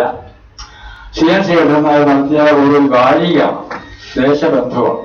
ദേശബന്ധു ദിനപത്രം നിന്നു, പിന്നെ വാരികയാക്കി. വളരെ കുറച്ചുകാലം നടന്നുള്ളൂ. കാലം കുറഞ്ഞ ദിനമെങ്കിലും അർത്ഥദീർഘം എന്നതിനെപ്പറ്റി പറയാം. കുറച്ചുകാലം നടന്നുള്ളൂ. പക്ഷെ അർത്ഥത്തിന്റെ കാര്യത്തിൽ ദീർഘമാണ്. ആ എവിടേക്കാൻ ശ്രീകണ്ഠൻ, ഞാൻ ശ്രീകണ്ഠനാ വിളിക്കാൻ കൂട്ടുകാരികളെ ഒന്നിച്ച് പഠിച്ചവരൊക്കെയായിരുന്നു. അവിടെ എന്നെ വിളിച്ചു പറഞ്ഞു, 2 ആത്മകഥ എനിക്ക് എന്റെ വാരികയിൽ കൊടുത്താൽ കൊള്ളാമെന്നുണ്ട്. ഏതാണ് വേണ്ടതെന്ന് ചോദിച്ചു. ഒന്ന് വീട്ടിൽ ഭട്ടതിരി പറഞ്ഞത്, 2 സഹോദരൻ അയ്യപ്പൻ്റെതാണ്. അപ്പൊ എന്നോട് പറഞ്ഞത് എന്തുകൊണ്ടാണ് എന്നത് എനിക്കറിയാൻ മനസ്സിലായി. അത് സാനു ഇവിടെ പോയി കണ്ട് അവരുടെ എഴുതി വായിക്കണം, എഴുതിയെടുക്കണം അവർ പറയുന്നത് കേട്ട്. അപ്പൊ എനിക്ക് എഴുതുമ്പോൾ എനിക്ക് ക്രമീകരിച്ച് കൊണ്ടുവരാൻ സാധിക്കും. അന്നത്തെ ഉത്സാഹത്തിന് ഞങ്ങൾ സമ്മതിച്ചു. ഞാൻ ആദ്യം കണ്ടത് സഹോദരൻ അയ്യപ്പനെയാണ്. അദ്ദേഹം അത് വിസമ്മതിച്ചു. അദ്ദേഹം മന്ത്രിയായിരുന്നു, അദ്ദേഹം MLA ആയിരുന്നു, പല പദവികളിലിരുന്നു. ഇതെല്ലാം വിസ്മരിക്കാൻ ആഗ്രഹിക്കുന്നയാളുമായിരുന്നു. ഇപ്പൊ പറഞ്ഞു, സാനു, ഞാൻ എന്റെ അഹന്തയൊന്നും ഒരിക്കലും കാണിച്ചിട്ടില്ല. ഞാൻ ചില നല്ല കാര്യങ്ങൾ പോലും ഞാൻ ആരോട് പറഞ്ഞിട്ടില്ല. അപ്പൊ അത് പറഞ്ഞുകൂടാ. ആ തരത്തിൽ അദ്ദേഹം തന്നിലെ നന്മ എല്ലാം ഒളിച്ചു വയ്ക്കുകയും ദൗർബല്യമുണ്ടെങ്കിൽ ആൾ കണ്ടുകൊടുത്തത് മനോഭാവം ജീവിക്കുകയും ചെയ്തിരിക്കുകയാണ്. വീട്ടിൽ പറഞ്ഞിരിപ്പാടും അത് തന്നെ പറഞ്ഞു. പക്ഷെ സഹോദരൻ കൊളുത്തിയ ദീപം കണ്ടുകൊണ്ടാണ് അദ്ദേഹം വളരെ വിപ്ലവകരമായ ഒരു പ്രവർത്തനത്തിലേക്ക് ഇറങ്ങി തിരിച്ചത്. കെട്ടിവർക്ക് ഒരുപാട് വിപത്ത് സഹിക്കേണ്ടതായി വന്നു. ആ നിലയിൽ ആണ് അവർ അതിനെ സമീപിച്ചത്. അങ്ങനെ സമീപിക്കുന്നവർ നമ്മുടെ ദേശത്ത് വളരെ ചുരുക്കമാണ്. പലരും അവരുടെ ആ ഒരു വലിപ്പം അവതരിപ്പിക്കുക, ആ വലിപ്പം അവതരിപ്പിക്കാനുള്ള ശ്രമം എവിടെ ആരംഭിക്കുന്നോ അവിടെ രചന പൊളിയിക്കുകയാണ് ചെയ്യുന്നത്. അതില്ലാതെ ആ ഒരു ദൗർബല്യം ബാധിക്കാതെ തിരുമേനി ഇത്രമാത്രം ബലിഷ്ഠമായ മനസ്സോടുകൂടി തന്നെ മാറ്റി നിർത്തിക്കൊണ്ട് തന്റെ അനുഭൂതികൾ, തന്റെ വിശ്വാസങ്ങൾ, തന്റെ മറ്റ് ഇതര വീക്ഷണം അവതരിപ്പിക്കാൻ കാണിച്ച സൗമനസ്യമാണ് ഒരുപക്ഷെ ഉദാരാശയനായ ഒരു വ്യക്തിയുടെ ആത്മകരമായിട്ട് ഈ പുസ്തകം രൂപപ്പെടാൻ കാരണമായത് എന്ന് ഞാൻ കരുതുന്നു. അത് വിശ്വാസത്തിന്റെ താഴ്ചയുമായിരിക്കാം. ആളുകളുടെ വിശ്വാസം പലതരത്തിലാണ്. ചിലർ വളരെ ഉറച്ച ദൈവവിശ്വാസികളാണ്. ഞാൻ പലപ്പോഴും ആലോചിച്ചാണോ കാണുന്നത്, അവരതൊന്നും ഒരു തരത്തിലും വ്യതിചലിപ്പിക്കാൻ സാധിക്കില്ല. അതിന് നേരെ വിപരീതമാണ് നമ്മുടെ MC യുക്തിവാദിയെ പോലുള്ളവർ. അദ്ദേഹം ഒരു കാലത്തും ദൈവവിശ്വാസവും പൊരുത്തപ്പെട്ടില്ല, ദൈവമില്ല എന്ന് അന്ത്യശ്വാസം വരെ പറഞ്ഞ വ്യക്തിയാണ്. കുച്ചുപുഴ കൃഷ്ണപിള്ള. ഞങ്ങളുടെ അടുപ്പമാണ്. MC അവസാനം ലോകച്ചേരി കിടക്കുമ്പോൾ ഞാൻ അദ്ദേഹത്തെ കാണാൻ ചെന്നു. എനിക്ക് അദ്ദേഹത്തെ വളരെ സ്നേഹവും ബഹുമാനമുള്ള വ്യക്തിയാണ്. അദ്ദേഹം എന്നെ കണ്ടു. ഞാനിങ്ങനെ ചോദിച്ചു, ഇപ്പൊ ഈ അവസാനം എഴുന്നേറ്റ് നടക്കാൻ വയ്യാതായ ഈ അവസ്ഥയിൽ MC-ക്ക് ദൈവത്തെ കുറിച്ച് എന്ത് തോന്നുന്നു? അദ്ദേഹം എന്താ സായമാഷാ ചോദ്യം ചോദിക്കുന്നത്? ഞാൻ ഒരിക്കലും വിശ്വസിക്കുന്നത് ദൈവം ഇല്ലാത്ത ലോകത്തിലെ നമ്മൾ ജീവിക്കുന്നത്. എന്തിനാ ചോദ്യം ചോദിച്ചത് എന്ന് ചോദിച്ചാൽ അപ്പോൾ പറഞ്ഞു, കുറ്റിപ്പുറം കൃഷ്ണപിള്ളയും ഒരു കാലത്ത് വേദാന്തിയും അദ്വൈതവാദിയും ഒക്കെ ആയിരുന്നെങ്കിൽ ഒടുവിൽ പറഞ്ഞു, ഈ മരണത്തോട് അടുത്ത സന്ദർഭത്തിൽ ഞാൻ വളരെ ഉച്ചസ്ഥലം പറയുന്നു ദൈവമില്ല എന്ന്. ഇത് മറ്റേ പ്രശ്നമാണ്. അത് വളരെ ചുരുക്കമാണെന്നേ ഉള്ളൂ. ഈ രണ്ടിനും ഇടയിൽ ഇതൊന്നും ഞാനിത് എല്ലാ സഹിഷ്ണുകൂടെ കാണുന്നതാണ് വിവാദകരി. രണ്ടിനും ഇടയിൽ സംശയിക്കുന്ന ഒരു കൂട്ടം സംശയാത്മാക്കളുണ്ട്. ഡൗട്ടിംഗ് ഹൗസ് എന്ന് പറയുന്നത് ഉണ്ടെന്ന് ചിലപ്പോൾ തോന്നും. അപ്പോൾ തന്നെ ഇതില്ലല്ലോ, ഉണ്ടാവാൻ ന്യായവുമില്ല. ഈ തരത്തിലുള്ള സംശയാത്മകൾ ഉണ്ട്. ഏത് കാര്യത്തെ സമീപിക്കുമ്പോഴും അവരിലെ സ്കെപ്റ്റിസിസം അതുപോലെ തന്നെ രചനാത്മകമാണ്. അതിന്റെ ചിന്താപരമായ ഗുണമുണ്ട്. ഇനി വരുമ്പോട്ട് ദൈവമാണ് മുന്നിൽ പറയുന്നതെങ്കിൽ നമുക്ക് തിരിച്ചറിയാൻ കഴിയാത്ത ഒരു കാര്യത്തെക്കുറിച്ച് നാം തന്നെ ആലോചിക്കണമുണ്ടോ ഇല്ലയോ എന്ന് അറിയാൻ എന്റെ ഈ ബുദ്ധിക്ക് മനുഷ്യന് സാധിക്കില്ല. ഈ ആറ്റിങ്ങിൽ ഒഴിക്കുന്ന ഒരു കൂട്ടം ആളുകളുണ്ട്. അവരും ഈ 4 ചിന്താപദ്ധതി, ചിന്താ രീതി നമുക്ക് ദൈവത്തെ മുൻനിർത്തിയാണെന്ന് പറഞ്ഞെന്ന് മാത്രമേ ഉള്ളൂ. അതിൽ തിരുമേനി ആദ്യത്തെ വിഭാഗത്തിൽപ്പെടുന്നു. അചഞ്ചലമായ ദൈവവിശ്വാസത്തിൽ അധിഷ്ഠിതമായ ഒരു വീക്ഷണമാണ് അദ്ദേഹത്തിനുള്ളത്. ആ വീക്ഷണം തന്നെയും താൻ അവലംബിച്ചിരിക്കുന്ന മതം, ആ മതത്തിൽ സ്വീകരിച്ചിട്ടുള്ള പ്രമാണങ്ങൾ, ആ പ്രമാണങ്ങളിൽ അധിഷ്ഠിതമായ ആചാരാനുഷ്ഠാനങ്ങൾ, ഇവയെല്ലാം അദ്ദേഹം കൃത്യമായി പാലിച്ചുകൊണ്ട് ഒരു മാർഗം അനുയായികൾക്ക് നിർദ്ദേശിച്ചു കൊടുക്കാൻ അദ്ദേഹത്തിന് സാധിക്കുന്നു. അത്തരക്കാർക്ക് സാധിക്കൂ. സംശയിക്കുന്ന എനിക്ക് പലപ്പോഴും പറയാൻ സാധിക്കില്ല. കുഞ്ഞുങ്ങൾ ചോദിച്ചാൽ ഞാൻ തന്നെ സംശയാലുമാണ്, നിങ്ങളുടെ സംശയത്തെ ഇരട്ടിക്കൊണ്ടിരിക്കാൻ ഇത് മാർക്ക് പറഞ്ഞു കൊടുത്തു. നേരെ മറിച്ച് തിരുമേനിയെ പോലുള്ള വ്യക്തികൾക്ക് ഇതാണ് മാർഗം, ഈ മാർഗം ഭാവിയെ ശോഭനമാക്കാൻ, മനുഷ്യവർഗത്തിന്റെ ഭാവി, ഒരു വ്യക്തിയുടെ ഭാവിയല്ല, ശോഭനമാക്കാൻ ഉപകരിക്കുന്നതാണ് എന്ന് പറഞ്ഞു കൊടുക്കാൻ സാധിക്കുന്ന ഒരു വിശ്വാസത്തിന്റെ ദാർഢ്യമാണ് ഈ ആഖ്യാനത്തിൽ, സംഭാഷണങ്ങളിൽ ഉടനീളം കാണുന്നത്. വിദ്യാഭ്യാസത്തെക്കുറിച്ച്, മൂല്യബോധത്തെക്കുറിച്ച് എല്ലാം ഇതിൽ പറയുന്നുണ്ട്. വിദ്യാഭ്യാസം വളരെ പ്രധാനപ്പെട്ട ഒന്നാണ്. ഏൺമോർ എന്നാണ് വിദ്യാഭ്യാസത്തിന്റെ ലക്ഷ്യമായി പറഞ്ഞിരിക്കുന്നത്. തിരുമേനി പ്രത്യേകമായി പരാമർശിക്കുന്നുണ്ട്. പരാമർശമായ ഭാഗം അത് എവിടെ വേണ്ട പരസ്യം എഴുതിയിരിക്കുന്നതാണ്. വിദ്യാഭ്യാസ ലക്ഷ്യം മൗലികമായതല്ല. ആ ലക്ഷ്യം നമ്മൾ മറന്നുകൊണ്ടാണ് ഇന്ന് വിദ്യാഭ്യാസ ചർച്ചകളൊക്കെ അതല്ലേ, എത്ര സെൽഫ് ഫിനാൻസിങ് ആവാം, എത്ര ഓട്ടോണമസ് ആവാം, എത്ര എന്തെല്ലാം വിഭാഗങ്ങൾ പറയുന്നുണ്ട്. അതിലെല്ലാം ഇതിന്റെ കാതലായി എന്തിനാണ് ഈ വിദ്യാഭ്യാസം കൊണ്ടുവരുന്നത് എന്ന ചോദ്യം തിരുമേനി ഉത്തരം പറയുന്നില്ല.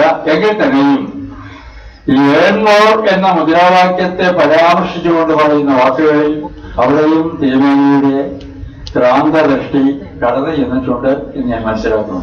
ഈ രീതിയിൽ മനുഷ്യജന്മത്തെക്കുറിച്ച്, മനുഷ്യരും ദൈവവുമായുള്ള ബന്ധത്തെക്കുറിച്ച്, മനുഷ്യരും പ്രപഞ്ചവുമായുള്ള ബന്ധത്തെക്കുറിച്ച്, ജീവിത മരണങ്ങളെ കുറിച്ച്, ജഡത്തിന്റെ മരണം, ആത്മാവിന്റെ മരണം, ഒരു മരണാനന്തര ജീവിതത്തെക്കുറിച്ച് വെച്ചാൽ ഇതിനെ തല വേദനത്തുണ്ട്.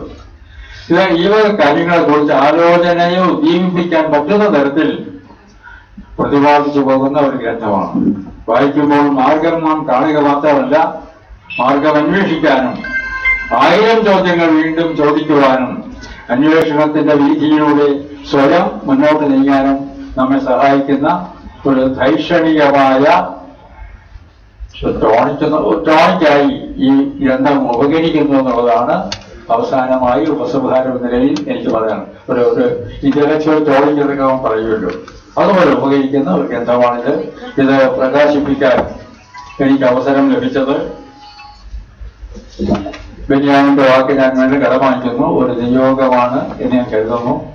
ആ നിയോഗം ലഭിച്ചതിലുള്ള എന്റെ ചാരിതാർത്ഥ്യം പ്രകാശിപ്പിച്ചുകൊണ്ട് നിങ്ങളുടെ എല്ലാം ആശീർവാദത്തോടുകൂടി, തിരുമേനിയുടെ അനുഗ്രഹത്തോടുകൂടി ഞാൻ ഈ ഗ്രന്ഥം പ്രകാശിപ്പിച്ചതായി വിനയപൂർവ്വം അറിയിച്ചുകൊള്ളുന്നു.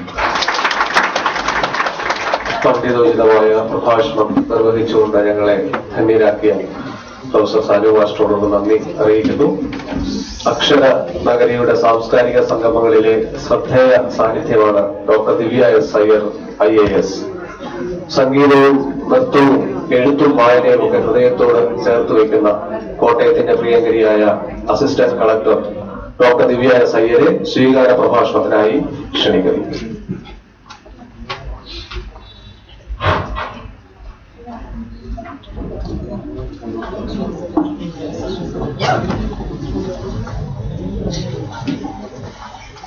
പരിശുദ്ധ ബാബ തിരുമേനി,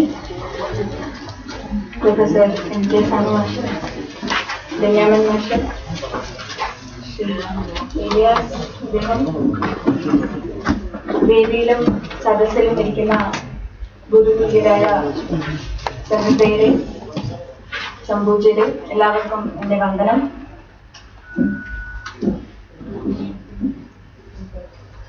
സാനു മാഷിന്റെ ആ പ്രസംഗത്തിന് ശേഷം അതിന് ചെവിയോർത്തിരുന്ന ഒരു സദസ്സിന് ഞാൻ 2 വാക്ക് സംസാരിക്കുക എന്നുള്ളത് ഞാൻ എന്റെ സ്വപ്നത്തിൽ പോലും വിചാരിച്ചിട്ടുള്ള ഒരു ഭാഗ്യമല്ല. അതിന് ഞാൻ ആളല്ല എന്നും പൂർണ്ണ ബോധവതിയാണ്. എന്നാലും ഈ അവസരം ഒരുക്കി തന്ന എല്ലാവർക്കും എന്റെ ഹൃദയം നിറഞ്ഞ നന്ദി രേഖപ്പെടുത്തുവാൻ ഞാൻ ആദ്യം തന്നെ ഈ വേദി വിനിയോഗിക്കുകയാണ്. യേശുനാഥൻ തന്റെ ശിഷ്യരോട് നിങ്ങൾ എന്നെ തിരഞ്ഞെടുക്കുകയല്ല ചെയ്തത്, എന്നാൽ ഞാൻ നിങ്ങളെ തിരഞ്ഞെടുക്കുകയാണ് ചെയ്തത് എന്ന് പറഞ്ഞതിന്റെ ഒരു പ്രതിബിംബമായിട്ടാണ് ഇന്ന് ബാബ തിരുമേനിയുടെ ഈ പുസ്തകം ഏറ്റുവാങ്ങാൻ എനിക്ക് ഒരു അവസരമൊരുക്കി നിങ്ങൾ എന്നെ തിരഞ്ഞെടുത്തപ്പോൾ എനിക്ക് തോന്നിയത്. ഒരുപാട് സന്തോഷവും ചാരിതാർത്ഥ്യവും എന്റെ മനസ്സിലുണ്ട് ഇന്ന് നിങ്ങളുടെ മുന്നിൽ ഇവിടെ നിൽക്കുമ്പോൾ. പുസ്തകം ഇന്നലെ എന്റെ കയ്യിൽ കിട്ടി. തിരക്കുണ്ടെങ്കിലും ജോലി തിരക്കുണ്ടെങ്കിലും പുസ്തകം വായിക്കാതെ വയ്യ എന്നിരുന്ന് വായിക്കുകയുണ്ടായി. അതീവ ഹൃദ്യമായ ഒരു പുസ്തകം വായിക്കാൻ കഴിഞ്ഞതിന്റെ ചരിതാർത്ഥ്യം കൂടിയുണ്ട് എന്റെ മനസ്സിൽ നിന്നപ്പോൾ. ഗ്രന്ഥപരിചയം ലാളിത്യത്തിന്റെ മറുപേരായ ശ്രീ ബെന്യാമൻ മാഷ് ചെയ്തു കഴിഞ്ഞു. അതുപോലെ തന്നെ ഗ്രന്ഥത്തിന്റെ സവിശേഷതകളെ കുറിച്ച് പാണ്ഡിത്യത്തിന്റെ മറുപേരായ സാനുമാഷും ചെയ്തു കഴിഞ്ഞു. അതിനാൽ പുസ്തകത്തെ കുറിച്ച് ഞാൻ എന്തെങ്കിലും ഇനി പറഞ്ഞാൽ അത് അധിക പ്രസംഗമാകുമോ എന്നെനിക്ക് അറിയുകയില്ല. എന്നാലും പുസ്തകത്തിൽ എനിക്ക് വളരെയധികം ഇഷ്ടം തോന്നിയ, എന്റെ ഹൃദയത്തിനോട് ചേർന്ന് നിന്ന ഒന്ന് രണ്ട് ഭാഗങ്ങളെ കുറിച്ച് എനിക്ക് പറയാതെ വയ്യ. അതുകൊണ്ടാണ് ഞാൻ പുസ്തകം കയ്യിലെടുത്തുകൊണ്ട് തന്നെ വന്നത് മൈക്കിന്റെ അടുത്തേക്കും. അദ്ദേഹം ബൈബിൾ എന്നുള്ള ഒരു പാഠത്തിൽ അങ്ങേക്ക് ക്രിസ്തു ആരാണ് എന്നുള്ള ഒരു ചോദ്യം പരിശുദ്ധ ബാവ തിരുമേനിയോട് ചോദിക്കുന്നുണ്ട്. വളരെ സിമ്പിൾ ആയിട്ടുള്ള, വളരെ ലളിതമായിട്ടുള്ള ഒരു ചോദ്യമായിരിക്കാം. എന്നാൽ ഉള്ളതിൽ ഏറ്റവും ആഴത്തിലുള്ള ഒരു മറുപടിയായി എനിക്ക് തോന്നിയത് അതായിരുന്നു. അദ്ദേഹം അതിൽ പറയുന്നു ഒരു വാക്ക്, ചരിത്രത്തിലെ ദൈവത്തിന്റെ ഇടപെടലാണ് ക്രിസ്തു എന്ന്. ദൈവികമായ എല്ലാ ഇടപെടലുകളിലും ക്രിസ്തു സ്നേഹം തന്നെയാണ് ആവർത്തിക്കപ്പെടുന്നത്. ക്രിസ്തുവിന്റെ അനുയായി ആകണമെങ്കിൽ സ്നേഹം അനുശീലിക്കണം എന്ന്. എന്റെ ജീവിതത്തിൽ ഒരുപാടൊന്നും ജീവിതത്തിനെ കുറിച്ച് പറയാനുള്ള പ്രായമോ അല്ലെങ്കിൽ അനുഭവങ്ങളോ ഒന്നും ഇല്ല എന്നുണ്ടെങ്കിലും എന്റെ ജീവിതത്തിൽ ഞാൻ ജീവിച്ചിട്ടുള്ള വളരെ ഹൃദയസ്പർശിയായ ചില നിമിഷങ്ങളെല്ലാം ഓർക്കുമ്പോൾ എല്ലാത്തിലും തിളങ്ങി നിന്നിട്ടുള്ള ഒരു ഭാവം സ്നേഹം എന്നതാണ്.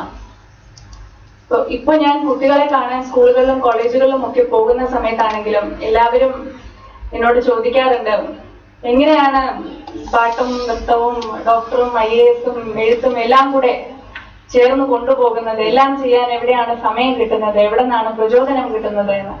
അപ്പൊ ഞാൻ അവരോട് പറയുന്നത് ഒരു കാര്യമേ ഉള്ളൂ, നിങ്ങൾ എന്ത് പ്രവൃത്തി ചെയ്യുവാണെങ്കിലും അതിൽ മുഴുകിയിരുന്ന് അതിനെ ആസ്വദിച്ച് അതിനെ സ്നേഹിച്ചുകൊണ്ട് ചെയ്യുക.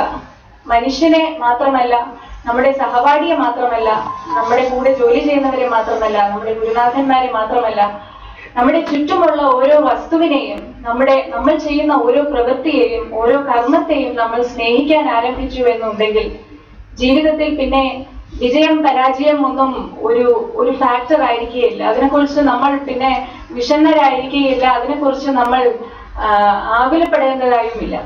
നമ്മൾ ചെയ്യുന്ന കർമ്മത്തിൽ കർമ്മനിരതരായി അതിനെ സ്നേഹിച്ചുകൊണ്ട് ചെയ്യുകയാണെന്നുണ്ടെങ്കിൽ അതിന്റെ ഫലങ്ങൾ എന്തുവാണ് എന്നുള്ളത് നമ്മൾ ഒരിക്കലും ആലോചിക്കാറുമില്ല. അപ്പൊ അങ്ങനെ നിങ്ങൾ ചെയ്യൂ, അപ്പൊ എല്ലാം ചെയ്യാൻ സാധിക്കും എന്ന് തന്നെയാണ് ഞാൻ സ്വപ്നം കാണാൻ നിങ്ങൾക്ക് ചിറകുകൾ ഉണ്ടാകട്ടെ എന്ന് പറഞ്ഞ കുട്ടികളോട് ആശംസിക്കുമ്പോഴും ഞാൻ പറയാറുള്ളത്.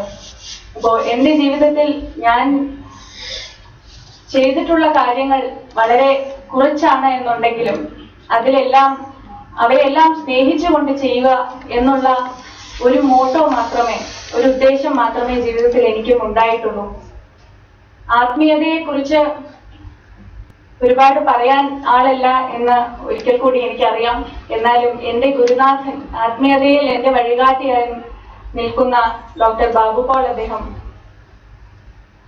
ഞാൻ അദ്ദേഹത്തിനോട് കുറച്ച് വർഷങ്ങൾ മുൻപേ, സിവിൽ സർവീസസിൽ കയറുന്നതിന് മുമ്പേ ഒരു കാലഘട്ടത്തിൽ ഞാൻ CMC വെല്ലൂരിലായിരുന്നു പഠിച്ചത്. അപ്പോൾ അവിടെ ഒരുപാട് വർഷം എല്ലാ ഞായറാഴ്ചയും ചർച്ചിൽ പോവുകയും അവിടുത്തെ കൂടാശയിൽ പങ്കെടുക്കുകയും ഒക്കെ ചെയ്യുമായിരുന്നു ഞാൻ. അതെല്ലാം കഴിഞ്ഞതിന് ശേഷം CMC-യിൽ ഒരുപാട് ക്വസ്റ്റ്യനിങ്, ചോദ്യം ചെയ്യൽ ഒരുപാട് ഞങ്ങളെ എൻകറേജ് ചെയ്യുമായിരുന്നു, പ്രോത്സാഹിപ്പിക്കുമായിരുന്നു ആളുകൾ. അങ്ങനെ കുറച്ചു കാലം ചോദ്യം ചെയ്തു തുടങ്ങി ഞാനും, ശക്തിയെ, ദൈവത്തിനെ എല്ലാം. അങ്ങനെ ചോദ്യം ചെയ്ത് നടക്കുന്ന ഒരു കാലഘട്ടത്തിലായിരുന്നു ഡോക്ടർ ബാബു പോളിനെ ഞാൻ കണ്ടെത്തിയത്. അദ്ദേഹത്തെ കണ്ടെത്തിയതിന് ശേഷം അദ്ദേഹത്തിന്റെ ഒരു ആത്മീയ വഴിയിലൂടെ സഞ്ചരിക്കുവാനുള്ള ഒരു ഭാഗ്യം വന്നതിന് ശേഷം ഒരുപാട് ഉത്തരങ്ങൾ എന്റെ മുന്നിൽ സ്വയം പ്രത്യക്ഷപ്പെടാൻ ആരംഭിക്കുകയുണ്ടായി. ആത്മീയത എന്താണെന്ന് അദ്ദേഹത്തോട് ചോദിക്കുമ്പോൾ അദ്ദേഹം പറഞ്ഞിട്ടുള്ള ഒരു കാര്യം, നിനക്ക് നിന്റെ മനസ്സിനോടും നിന്റെ മനസാക്ഷിയോടും ദൈവത്തിനോടും ഒന്നും മറക്കേണ്ടതായി ഇല്ല എന്നുള്ള ഒരു അവസ്ഥയിൽ എത്തുമ്പോഴാണ് നീ ആത്മീയതയിലേക്ക് സഞ്ചരിക്കുന്നത്. ആ ഭയമില്ലാതെ ആരുടെ മുന്നിലും എന്തൊരു വെളിപ്പെടുത്തലിനും ഒരു ഭയമില്ലാതെ ജീവിക്കാൻ പറ്റുന്ന ഒരു അവസ്ഥയാണ് ആത്മീയത എന്നുള്ളത് എന്ന്. നീ ദൈവത്തെ അത്രമാത്രം ഭയക്കണം, എന്നാൽ ചുറ്റുമുള്ള മനുഷ്യരെ ആരെയും നിനക്ക് ഭയപ്പെടേണ്ടതായി ആവശ്യം വരില്ല എന്ന്. ആ ഒരു പാതയിലൂടെ നടന്ന് സഞ്ചരിക്കാൻ ആഗ്രഹിക്കുന്ന ഒരു കുട്ടിയാണ് ഞാൻ. അതിന്റെ മറ്റൊരു പ്രതിബിംബമാണ് ഇന്ന് ജീവിത കാഴ്ചകൾ എന്നുള്ള പുസ്തകത്തിലൂടെ ബാബ തിരുമേനിയുടെ മഹത്തായ ജീവിത കാഴ്ചകൾ വായിക്കുവാൻ, അദ്ദേഹത്തിന്റെ ആത്മകഥ ലോകത്തിനോട് എടുത്തു പറയുവാനുള്ള ഈ ധൈര്യം, ഈ സന്മനസ് എല്ലാത്തിനും മുന്നേ ഞാൻ ഒന്നുകൂടി തലവണങ്ങുകയാണ്. നിയോഗത്തിന്റെ കാര്യം ഒരുപാട് പ്രാവശ്യം ഇന്ന് വൈകുന്നേരം നമ്മൾ സംസാരിക്കുകയുണ്ടായി. ആ നിയോഗത്തിന്റെ പാതയിലൂടെയും സഞ്ചരിക്കുവാൻ ഭാഗ്യം കിട്ടിയ ഒരു വ്യക്തിയാണ് ഞാൻ. എല്ലാവരും മറ്റൊരു കാര്യം എന്നോട് ചോദിക്കാറുള്ളത്, ഡോക്ടറായി യാതൊരു സേവനത്തിൽ നല്ല രീതിയിൽ പഠനം ചെയ്തുകൊണ്ടിരുന്ന കുട്ടിയാണ്, ന്യൂറോ സർജറിയിൽ പഠനം ചെയ്തുകൊണ്ടിരുന്ന ആളാണ്, പോസ്റ്റ് ഗ്രാജുവേഷൻ ചെയ്തുകൊണ്ടിരുന്ന ആളാണ്, അത് റിസൈൻ ചെയ്ത് പിന്നെ സിവിൽ സർവീസസിലേക്ക് വരാൻ എന്തായിരുന്നു ഒരു പ്രചോദനം എന്ന് വീണ്ടും. അപ്പൊ അതും ഒരു നിയോഗമായിരുന്നു എന്നൊരു വെളിപ്പെടുത്തൽ കൂടി എനിക്കിന്ന് ചെയ്യാനുണ്ട്. ഒരുപാട് ആഗ്രഹം മനസ്സിൽ ചെറുപ്പകാലം മുതലേ ഒരു ചിരകാല അഭിലാഷമായ IAS എന്ന ഒരു സേവന മേഖലയിലേക്ക് എത്തിച്ചേരണമെന്നുണ്ടായിരുന്നുവെങ്കിലും ഡോക്ടർ ആയതിനു ശേഷം ശാസ്ത്രത്തിന്റെ അതിൻ്റെതായ ഒരു പാതയിൽ അങ്ങ് പൊക്കൊണ്ടിരിക്കുകയായിരുന്നു. അപ്പൊ അതിനിടയിൽ ദൈവത്തിന്റെ ഒരു ഇതില്ല ദൈവവിളിയെ കുറിച്ചും ഒരു പരാമർശമുണ്ട്. അപ്പൊ അതുപോലെ ഒരു ദൈവവിളിയായിരുന്നു എന്നാണ് എനിക്ക് തോന്നുന്നത്. എന്റെ ആദ്യത്തെ സിവിൽ സർവീസ് പരീക്ഷ ഞാൻ MBBS കഴിഞ്ഞ് ഇന്റേൺഷിപ്പ് കഴിഞ്ഞതിന് ശേഷം പോസ്റ്റ് ഗ്രാജുവേഷൻ എൻട്രൻസിനും സിവിൽ സർവീസ് എൻട്രൻസിനും രണ്ടിനും അപ്ലൈ ചെയ്തിട്ടുണ്ടായിരുന്നു. ഏതാണോ വരുന്നത്, ഏതാണോ കിട്ടുന്നത് അതിലേക്ക് പോകാം എന്നുള്ള ഒരു ഭാവത്തിൽ. എന്നാൽ എനിക്ക് ഹോൾ ടിക്കറ്റ് കിട്ടിയ ദിവസം MCH ന്യൂറോ സർജറിയുടെ എൻട്രൻസും സിവിൽ സർവീസിന്റെ എൻട്രൻസും ഒരേ ദിവസമായിരുന്നു. അപ്പൊ ഏതെങ്കിലും ഒന്ന് അതിൽ നിന്നും തിരഞ്ഞെടുക്കണം എന്നുള്ള ഒരു പ്രശ്നമായിരുന്നു അന്ന് എന്നെ അലട്ടിയത്. അപ്പോൾ അന്നുണ്ടായിരുന്നതിൽ വളരെ ബുദ്ധി ഉപയോഗിച്ച് എന്നുള്ള രീതിയിൽ, ഇപ്പൊ MBBS നല്ല രീതിയിൽ ഗോൾഡ് മെഡലോടൊക്കെ പാസ്സായ ഒരു കുട്ടിക്ക് ഒരു MBBS കഴിഞ്ഞിട്ടുള്ള പോസ്റ്റ് ഗ്രാജുവേഷൻ എൻട്രൻസ് നേടിയെടുക്കുന്നതിലായിരിക്കും കൂടുതൽ എളുപ്പം. കാരണം സിവിൽ സർവീസസിന് വേണ്ടി ഒന്നും തന്നെ പ്രിപ്പയർ ചെയ്തിട്ടില്ല എന്നുള്ളൊരു റാഷണൽ ആയിട്ടുള്ള ഒരു ആലോചനയിൽ അന്ന് മെഡിക്കൽ എൻട്രൻസ് എഴുതുകയും അതിൽ പ്രവേശിക്കുകയും ചെയ്തു.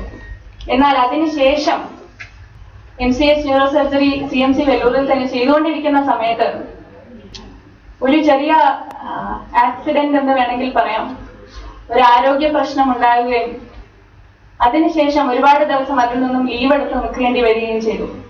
ഒരു 6 മാസത്തോളം കാലം രോഗശൈലിയിൽ ബെഡ് റെസ്റ്റിലാകേണ്ട ഒരു അവസ്ഥയുണ്ടായി. ആ സമയത്ത് എല്ലാവരും സങ്കടത്തിൽ ആഴ്ന്നിരുന്ന, ദുഃഖത്തിൽ ആഴ്ന്നിരുന്ന ഒരു സമയമായിരുന്നു.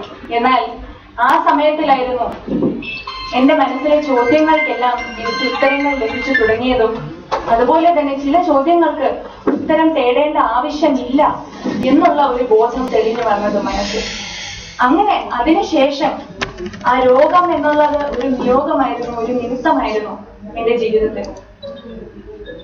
അതിനാൽ അതിന് കാരണക്കാരായിരുന്ന ആരോടും എനിക്ക് ഒരു നാളും ദേഷ്യമില്ല. കാരണം അത് കാരണമാണ് ഒരു പക്ഷേ ഞാൻ ഇന്ന് IAS എന്നുള്ള ഈ മേഖലയിലേക്ക് കടന്നു വന്നതും.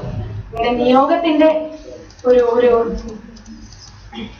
കുട്ടി അല്ലെങ്കിൽ ഒരു കുഞ്ഞ് എന്ന് വിശേഷിപ്പിക്കാവുന്ന ഒരു സാധ്യതയാണ് എനിക്ക് എന്റെ കൈക്കൊമ്പിൽ വീണ് കിട്ടിയ ഈ IAS എന്നുള്ള ഒരു ജോലിയും ഈ സേവന മേഖലയും എല്ലാം തന്നെ. അതിനാലും ജീവിത കാഴ്ചകൾ എന്ന പുസ്തകത്തിലൂടെ ഞാൻ സഞ്ചരിക്കുമ്പോൾ എന്റെ ജീവിതത്തിന്റെ പല ഭാഗങ്ങളും എന്റെ മനസ്സിലേക്ക് കടന്നു വരികയും ഉണ്ടായി. വളരെ കൃത്യമായ ഒരു വായനയായിരുന്നു. ഒരു രാത്രി കൊണ്ടാണെങ്കിലും എനിക്ക് വായിക്കാൻ സാധിച്ചത്. ഒരു പ്രാവശ്യം കൂടി ഒന്നുകൂടെ സാനുമാഷ് പറഞ്ഞതുപോലെ കമ്പോട് കമ്പ് വായിക്കാൻ ഒരു പ്രാവശ്യം അല്ല പല പ്രാവശ്യം വായിക്കാൻ ആഗ്രഹമുണ്ട്. അധികം ഞാൻ നീട്ടിപ്പിക്കുന്നില്ല. ഒരു ചെറിയ കാര്യം കൂടി പറഞ്ഞ് ഞാൻ ഉപസംഹരിക്കാം. ഞാൻ ചെറുപ്പത്തിൽ കഥാപ്രസംഗ വേദികളിൽ പല കഥാപ്രസംഗങ്ങൾ പറയുന്ന സമയത്ത് അതിൽ എനിക്ക് ഏറ്റവും പ്രിയപ്പെട്ടതായ ഒരു കഥാപ്രസംഗം മൈക്കൽ ആഞ്ചലോ എന്ന് പറഞ്ഞൊരു കഥയായിരുന്നു. മൈക്കൽ ആഞ്ചലോ ചിത്രം വരയ്ക്കുവാനായി, യേശുനാഥന്റെ ചിത്രം വരയ്ക്കുവാനായി ഒരു ഉണ്ണിക്കണ്ണനെ കണ്ടുപിടിച്ചതും നിലാവിന്റെ ചോട്ടിൽ കളിച്ചുകൊണ്ടിരിക്കുന്ന ഒരു നിഷ്കളങ്കനായ ഒരു കുഞ്ഞിനെ കണ്ടുമുട്ടുന്നതും അതിനുശേഷം അദ്ദേഹം ഭദ്രാസന പള്ളിയുടെ അവസാന ചിത്രങ്ങൾ പൂർത്തിയാക്കുമ്പോൾ യൂദാസിന്റെ ക്രൂരമായ മുഖം തേടി അലയുമ്പോൾ അന്ന് കണ്ട അതേ ഉണ്ണിയായിരുന്നു ഇന്ന് ജയിലിൽ കൽത്തുറങ്കിൽ കഴിയുന്ന ആ യൂദാസും, ഭീകരമായ രൂപമുള്ള ആ യൂദാസും എന്ന് മൈക്കൽ ആഞ്ചലോ തിരിച്ചറിയുന്ന ഒരു കഥയുണ്ടായിരുന്നു. എനിക്ക് ഏറ്റവും പ്രിയപ്പെട്ട ഒരു കഥാപ്രസംഗമായിരുന്നു അത്. അപ്പൊ അതിൽ അവസാനം പറഞ്ഞു നിർത്തുന്ന ഒരു വാചകമുണ്ട്: ദൈവത്തിന്റെ കയ്യിൽ നിന്നും യേശുദേവന്മാർ ഭൂമിയിൽ ജനിക്കുന്നു, എന്നാൽ കാലം അവരെ യൂദാസുകളാക്കി കൽത്തുറങ്കിൽ അടയ്ക്കുന്നു എന്നാണ്. അങ്ങനെ കാലം നമ്മുടെ ചുറ്റുമുള്ളവരെ, നമ്മുടെ പിഞ്ചു കുഞ്ഞുങ്ങളെ യൂദാസുകളാക്കി കൽത്തുറങ്കിൽ അടയ്ക്കാതിരിക്കാൻ പരിശുദ്ധ ബാബ തിരുമേനിയുടെ ജീവിത കാഴ്ചകൾ പോലുള്ള പുസ്തകങ്ങളും ഈ വേദിയിലിരിക്കുന്ന, ഈ സദസ്സിലിരിക്കുന്ന എല്ലാ മഹത്തായ വ്യക്തികളുടെ ജീവിത അനുഭവങ്ങളും സന്ദേശങ്ങളും ഒരു മാർഗദർശിയായി, ഒരു വഴികാട്ടിയായിരിക്കട്ടെ എന്ന് പ്രാർത്ഥിച്ചുകൊണ്ട് DC ബുക്സിനും ഈ വേദിയിലിരിക്കുന്ന മറ്റെല്ലാ വിശിഷ്ട വ്യക്തികൾക്കും, പൊന്നമ്മയ്ക്കും എല്ലാവർക്കും എന്റെ ഹൃദയം നിറഞ്ഞ നന്ദിയും കൃതജ്ഞതയും സന്തോഷവും രേഖപ്പെടുത്തിക്കൊള്ളുന്നു. നമസ്കാരം. പ്രചോദനം പകരുന്ന പ്രഭാഷണം നിർവഹിച്ച ബഹുമാനപ്പെട്ട ഡോക്ടർ ദിവ്യ സയ്യിദിനോടുള്ള നന്ദി അറിയിക്കുന്നു. പ്രസാദനത്തെ കലയാക്കി മാറ്റിയ യശശരീരനായ DC കിഴക്കേമലയുടെ ജീവിത സഹയാത്രിക ശ്രീമതി പൊന്നമ്മ DC-യുടെ മഹനീയ സാന്നിധ്യം ഈ സമ്മേളനത്തെ ധന്യമാക്കുന്നു. ദേവലോകം അരമനയുമായി ആരാധനയിലൂടെയും അയൽപക്ക ബന്ധത്തിലും ഇഴയെടുപ്പം സൂക്ഷിക്കുന്ന ശ്രീമതി പൊന്നമ്മ DC-യെ ആശംസകൾ അർപ്പിക്കുന്നതിനായി ക്ഷണിക്കുന്നു.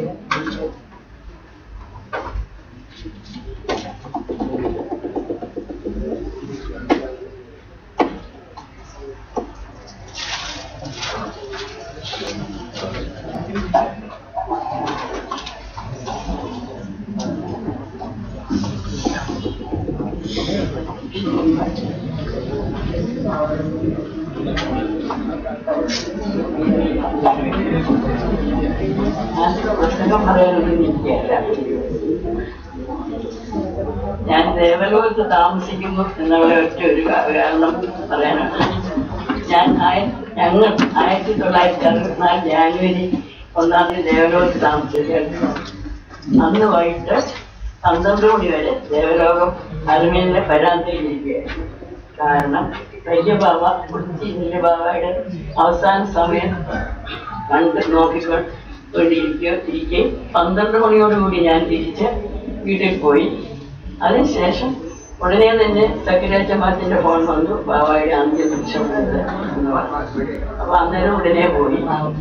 ഏറ്റവും എല്ലാ സമയത്തും അവസാന സമയം, പ്രാർത്ഥന സമയം വരെ തിരുവേന്റെ മുറിയിൽ മറ്റ് തിരുവേന്മാരും അച്ഛന്മാരും എല്ലാവരും കൂടി എങ്ങനെയൊന്ന് ഇരുന്ന് അതിലെനിക്ക് എൻ്റെ ജീവിതത്തിലെ വലിയൊരു സംഗതിയാണ് പറയാനുള്ളത്. രണ്ടാമത്തെ ഞാൻ ദേവലോകത്ത് താമസിക്കാൻ വന്നു കഴിഞ്ഞാൽ പിന്നെ ആദ്യം ആ തിരുവേനിയുടെ മരണം, കബറടക്ക ശുശ്രൂഷ, അതിനുശേഷം 11-12 തിരുവേനിമാരുടെ മരണം കബറടക്ക ശുശ്രൂഷ കണ്ടു. അത്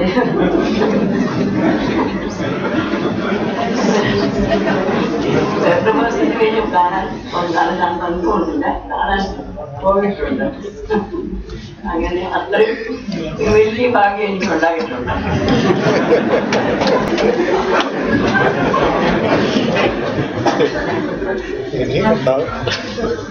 പിന്നെ എവിടെയാ താമസിക്കുന്നതെന്ന് ചോദിച്ചാൽ ഞാൻ നേരത്താണ്. അപ്പൊ അരുമനയുടെ അടുക്കാണോ ചോദിക്കും ചിലർ. ഞാൻ പറയും അല്ല, എന്റെ മുന്നിലാണ്. ഇങ്ങനെ പുസ്തകങ്ങളെല്ലാം വായിച്ചിട്ടുണ്ട്. അതേപ്പറ്റി ഇവിടെ അധികാരമായിട്ട് പറയുകയെല്ലാം പറഞ്ഞു കഴിഞ്ഞു. എനിക്ക് പറയാനോ അതേപ്പറ്റി ഒന്നുമില്ല. പിന്നെ 51 വർഷം അവിടെ താമസിച്ചതിന്റെ എല്ലാവിധ പലതും ചെറുതും നല്ലതും ചീത്തയുമായ എല്ലാ കാര്യങ്ങളും ദേവലോകത്തെ സംഗതികളിൽ എനിക്ക് ഏകദേശമൊക്കെ അറിയാം.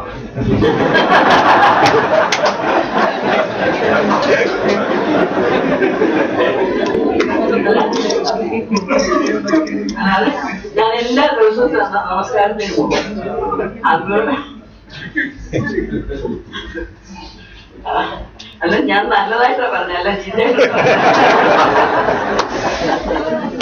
അല്ലാതെ എന്റെ ജീവിതത്തിന്റെ ഒരു നല്ല ഭാഗം ദേവലോകം പള്ളി, അതിന് ചുറ്റുപാട് അവിടെ നടന്ന സ്ഥലങ്ങൾ, അവിടെ നടക്കുന്ന എല്ലാ പരിപാടികളിലും എല്ലാ ദിവസവും സന്ധ്യാനമസ്കാരത്തിന് പോകുന്ന ഒരു വ്യക്തിയാണ്. ഞങ്ങൾ പലരുണ്ട്, അതിലൊരാളാണ് ഞാൻ.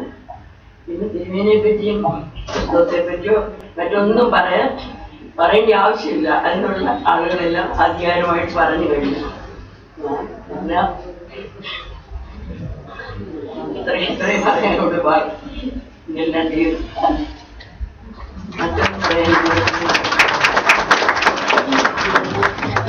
ചുരുങ്ങിയ വാക്കുകളിൽ ആശംസകൾ അർപ്പിച്ച ശ്രീമതി പൊന്നമടീച്ചയോടുള്ള നന്ദി അറിയിക്കുന്നു.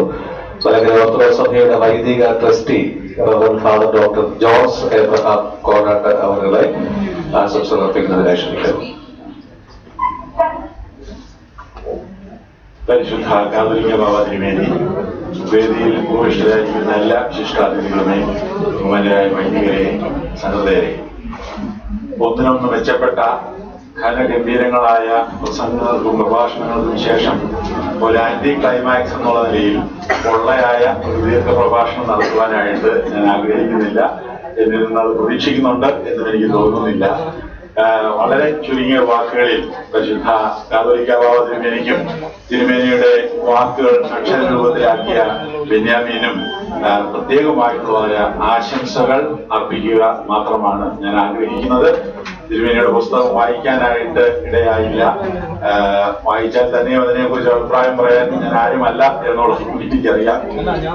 പരിശുദ്ധ ബാബ തിരുമേനിക്ക് ഈ പ്രയാസങ്ങളുടെ നടുവിൽ നിന്നുകൊണ്ട് തന്റെ ചിന്താധാരയെ ഉറപ്പിച്ചു നിർത്തുവാൻ സാധിക്കുന്നു എന്നുള്ളത് ഒരു എടുത്തു പറയേണ്ട സംഗതിയാണ് എന്ന് എനിക്ക് തോന്നുന്നു. മലങ്കര സഭ വളരെയധികം പ്രയാസങ്ങളിൽ കൂടെ കടന്നു പോകുമ്പോൾ അതിന്റെ തലവനാണ് ഈ പ്രയാസങ്ങളും പ്രതിസന്ധികളും എല്ലാം നേരിട്ട് ഏറ്റുവാങ്ങി അതിനെയൊക്കെ ഡീൽ ചെയ്യേണ്ടത്. അങ്ങനെ ആ പ്രയാസങ്ങളുടെയൊക്കെ നടുവിൽ നിന്നുകൊണ്ട് പരന്ന വായന ഉണ്ടാകുവാനും സമൂഹത്തിൽ നടക്കുന്ന കാര്യങ്ങളെ കുറിച്ച് വ്യക്തമായിട്ടുള്ള അഭിപ്രായങ്ങൾ രേഖപ്പെടുത്തുവാനും അദ്ദേഹത്തിന് സാധിക്കുന്നു എന്നുള്ളത് എടുത്തു പറയേണ്ട, അല്ലെങ്കിൽ തീർച്ചയായിട്ടും ശ്ലാഘിക്കേണ്ട ഒരു കാര്യമാണ്. തിരക്കുകളുടെ ഇടയിലും പരിശുദ്ധ ബാബ തിരുമേനി മാസത്തിൽ ഒരിക്കലെങ്കിലും ഒരു ദിവസമെങ്കിലും മൗനമായിരിക്കുവാനായിട്ട് സമയം കണ്ടെത്തുന്നു എന്നുള്ളതായിരിക്കാം ഒരുപക്ഷെ ഇതിന്റെ ഒരു രഹസ്യം എന്ന് തോന്നിപ്പോകുന്നു. അടുത്തയിട മലപ്ര റമ്പാച്ചന്റെ പെരുന്നാളിൽ സംബന്ധിക്കുവാനിടയായി.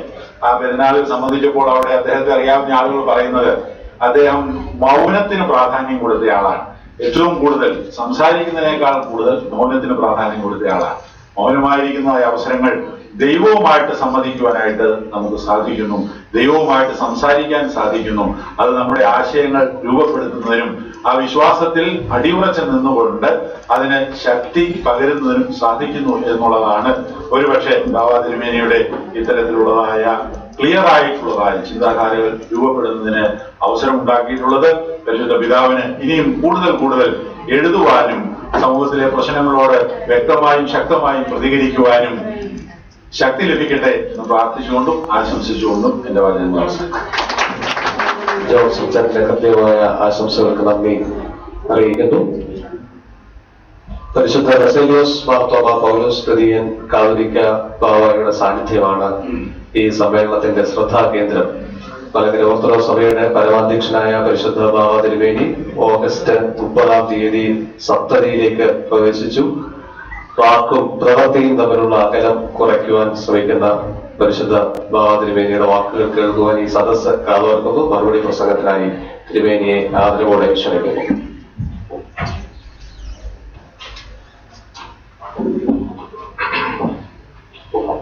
ഈ സമ്മേളനത്തിന്റെ അധ്യക്ഷ പദവി അലങ്കരിക്കുന്ന പ്രിയങ്കരനായ ഡോക്ടർ കെ എം ജോർജ് അച്ഛൻ ഇന്ന് മുഖ്യ പ്രഭാഷണം നടത്തി നമ്മെ അനുഗ്രഹിച്ച പ്രൊഫസർ എം കെ സാനു മാഷ്,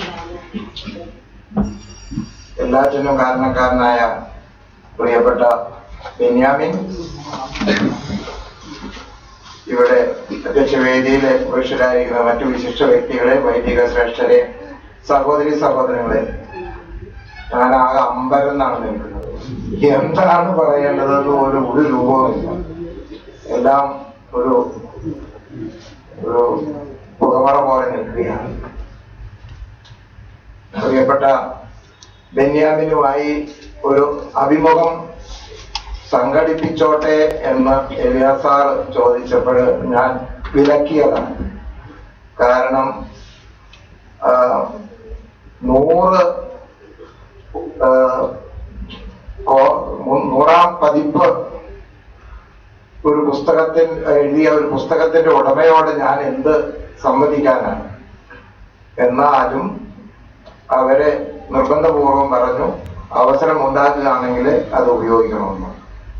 ബെന്യാമിനും ഞാനും ഞാലിയാങ്കുഴി തയ്യാറായി ഒരു പകൽ മുഴുവനും ചെലവഴിച്ചു. അദ്ദേഹം എന്തൊക്കെ ചോദിച്ചു എന്ന് ഇപ്പോഴും എനിക്ക് വലിയ ധാരണയൊന്നുമില്ല. ഞാൻ എന്താ പറഞ്ഞതെന്നും എനിക്ക് ധാരണയില്ല. അതാത് സമയത്ത് ചോദിച്ചു, എന്റെ മനസ്സിൽ തോന്നുന്ന കാര്യങ്ങൾ പറഞ്ഞു, അത്രയേ ഉള്ളൂ. അത് ഇന്ന് ഈ പുസ്തക രൂപത്തിലാക്കി ഇതിവിടെ ഇത്രയും പ്രൗഢമായ വിധത്തില് അത് അവതരിപ്പിച്ചു എന്നുള്ളത് അതും ഒരു അത്ഭുതമായിട്ടാണ് ഞാൻ കാണുന്നത്.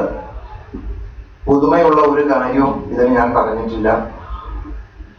ചോദിക്കുന്ന ചോദ്യങ്ങൾക്ക് മനസ്സിൽ നിന്ന് ഉണ്ടാകുന്ന ചിന്തകൾ വാക്കുകളിലൂടെ എൻ്റെ പരിമിതമായ അറിവിൽ അത് പറഞ്ഞു പൂർത്തീകരിച്ചു എന്നുള്ളതല്ലാതെ മറ്റൊന്നും ഇതിനെക്കുറിച്ച് എനിക്ക് പറയാൻ അറിഞ്ഞുകൂടാ. ഏതായിരുന്നാലും ഈ പുസ്തകം ഈ വിധത്തിൽ രചിച്ച് ഇങ്ങനെ അത് പ്രകാശനം ചെയ്യാൻ ഒരുപാട് പേര് ബന്ധപ്പെട്ടവരുണ്ട്. അവരോട് ഒരു സ്നേഹത്തിന്റെ ഭാഷയിൽ ഞാൻ നന്ദി അറിയിക്കുകയാണ്. കൂടുതലൊന്നും തന്നെ പറയാൻ ആഗ്രഹിക്കുന്നില്ല. നമ്മുടെ മനുഷ്യ ജീവിതം അർത്ഥപൂർണമായി തീരത്തക്കവണ്ണം ഈ ഹ്രസ്വ ആയുസ് ഓരോരുത്തർക്കും ദൈവം അതിനെ നിയോഗം നൽകട്ടെ എന്ന് പ്രാർത്ഥിക്കുകയാണ്. എല്ലാവരിലും നല്ല നല്ല അംശങ്ങളുണ്ട്. ആ നല്ല അംശങ്ങൾ മറ്റുള്ളവർക്ക് പകർന്ന് കൊടുക്കുകയും അത് നമ്മൾ അറിയാതെ തന്നെ മറ്റുള്ളവരെ അത് ഉൾക്കൊള്ളാൻ ശ്രമിക്കുകയും ചെയ്യും. അതിനെ നമുക്ക് എല്ലാവർക്കും ഇടയാകട്ടെ എന്ന് മാത്രം പ്രാർത്ഥിച്ചുകൊണ്ട് അസിസ്റ്റന്റ് കലക്ടർ പ്രിയപ്പെട്ട ഡോക്ടർ ദിവ്യ എസ് അയ്യർ അവരെ ഒരു അത്ഭുതം കാഴ്ചവെക്കുന്ന വിധത്തിലുള്ള ഒരു ജീവിതത്തിനുടമയായിട്ട് ഞാൻ ആദ്യം കാണുകയാണ്. ഞാൻ നേരത്തെ പരിചയമൊന്നുമില്ല. അവരുടെ ജീവിതത്തെ കുറിച്ച് അവർ പറയുകയും അവരുടെ ഈ സേവന മേഖലയെ ഏറ്റവും പ്രകാശമയമായി തീർക്കട്ടെ എന്ന് പ്രാർത്ഥിക്കുകയാണ്.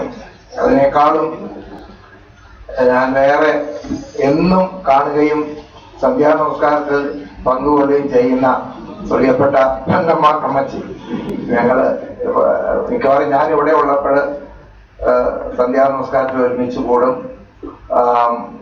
അങ്ങനെയുള്ള ഒരു നമ്മുടെ എല്ലാവരുടെയും അമ്മ എന്ന നിലയിലാണ് ഞാൻ കാണുന്നത്. പലപ്പോഴും അമ്മച്ചി ഞങ്ങൾക്ക് ഞാൻ വായിക്കേണ്ടുന്ന പുസ്തകങ്ങൾ തെരഞ്ഞു പിടിച്ച് എനിക്ക് പെറുക്കി കൊണ്ടുതരാറുണ്ട്. കുറെയൊക്കെ വായിക്കാറുണ്ട്, പൂർണ്ണമായിട്ട് വായിക്കാൻ സമയം കിട്ടാറില്ല. എന്നാലും എൻ്റെ ആ ഉള്ളടക്കം എങ്ങനെയെങ്കിലും കുറെ ഗ്രഹിക്കാൻ ശ്രമിക്കും. ആ അമ്മച്ചിയുടെ സാന്നിധ്യത്തെയും ഞാൻ വിലപ്പെട്ടതായിട്ട് കാണുന്നു. എല്ലാവരോടുമുള്ള എൻ്റെ സ്നേഹം അറിയിച്ചുകൊണ്ട് ഞാൻ വാക്ക് അവസാനിപ്പിക്കുന്നു. പരിശുദ്ധ ബാബ തിരുമേനിയുടെ അനുഗ്രഹ വചസ്സുകൾക്ക് നന്ദി അറിയിക്കുന്നു. ഈ സമ്മേളനം ഉടൻ തന്നെ പര്യവസാനിക്കുന്നതാണ്.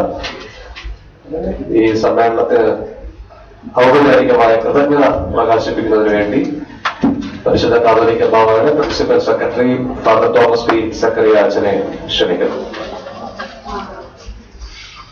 പരിശുദ്ധ ബാവാതിരുമേനി, ഇന്നത്തെ സമ്മേളനത്തിലെ അധ്യക്ഷൻ വന്ദനായ KM ജോർജ് അച്ഛൻ,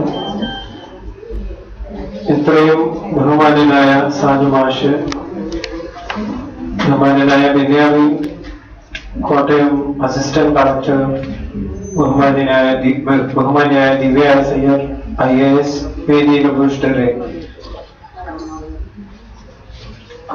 ബഹുമാന്യരും പ്രിയങ്കരനുമായ സദസ്യരെ, അടുത്ത് ചെന്ന് ചോദിക്കുവാൻ ഞങ്ങളൊക്കെ ഭയപ്പെടുന്ന ചിലതുണ്ട്.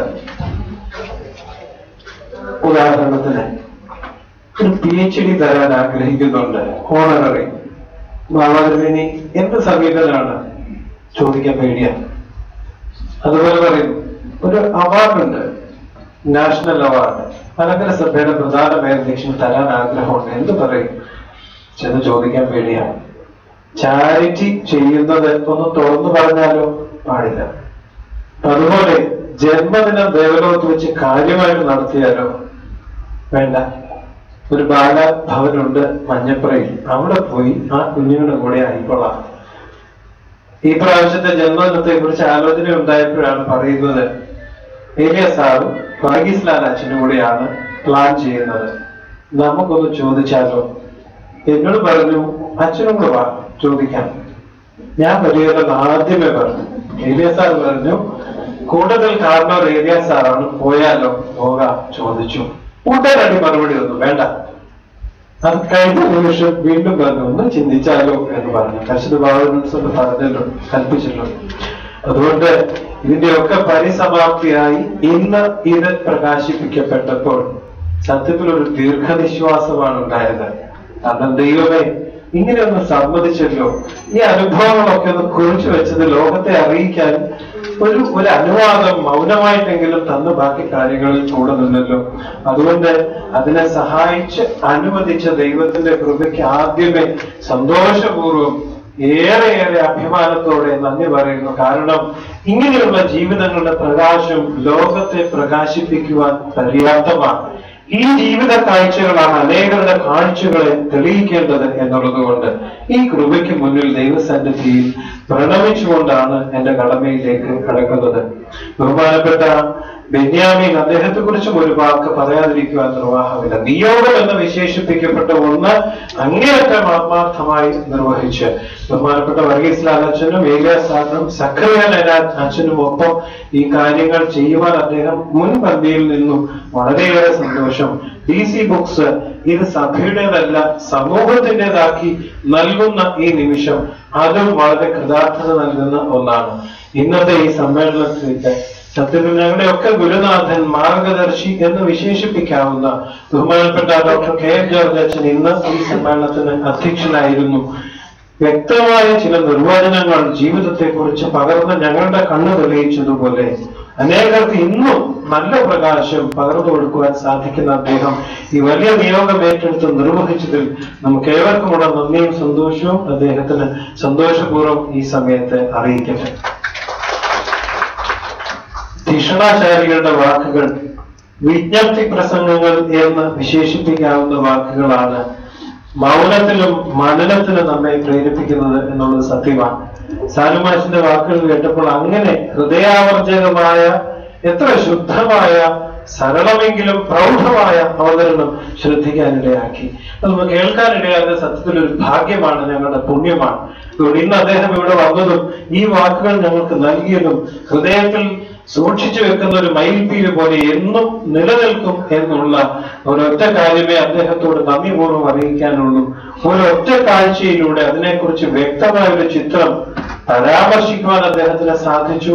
സാന്നിധ്യത്തിന്, സന്മനസ്സിന് സന്തോഷപൂർവ്വം നന്ദി അറിയിക്കുന്നു. ഒരു കൃതി അത് ഫലപ്രാപ്തിയിലെത്തുന്നത് അനുവാചകന്റെ ഹൃദയത്തിൽ തന്നോട് സംവദിക്കുവാനുള്ള ചിലത് ഉണ്ട് എന്ന് വായിക്കുന്നവൻ കണ്ടെത്തുമ്പോഴാണ്.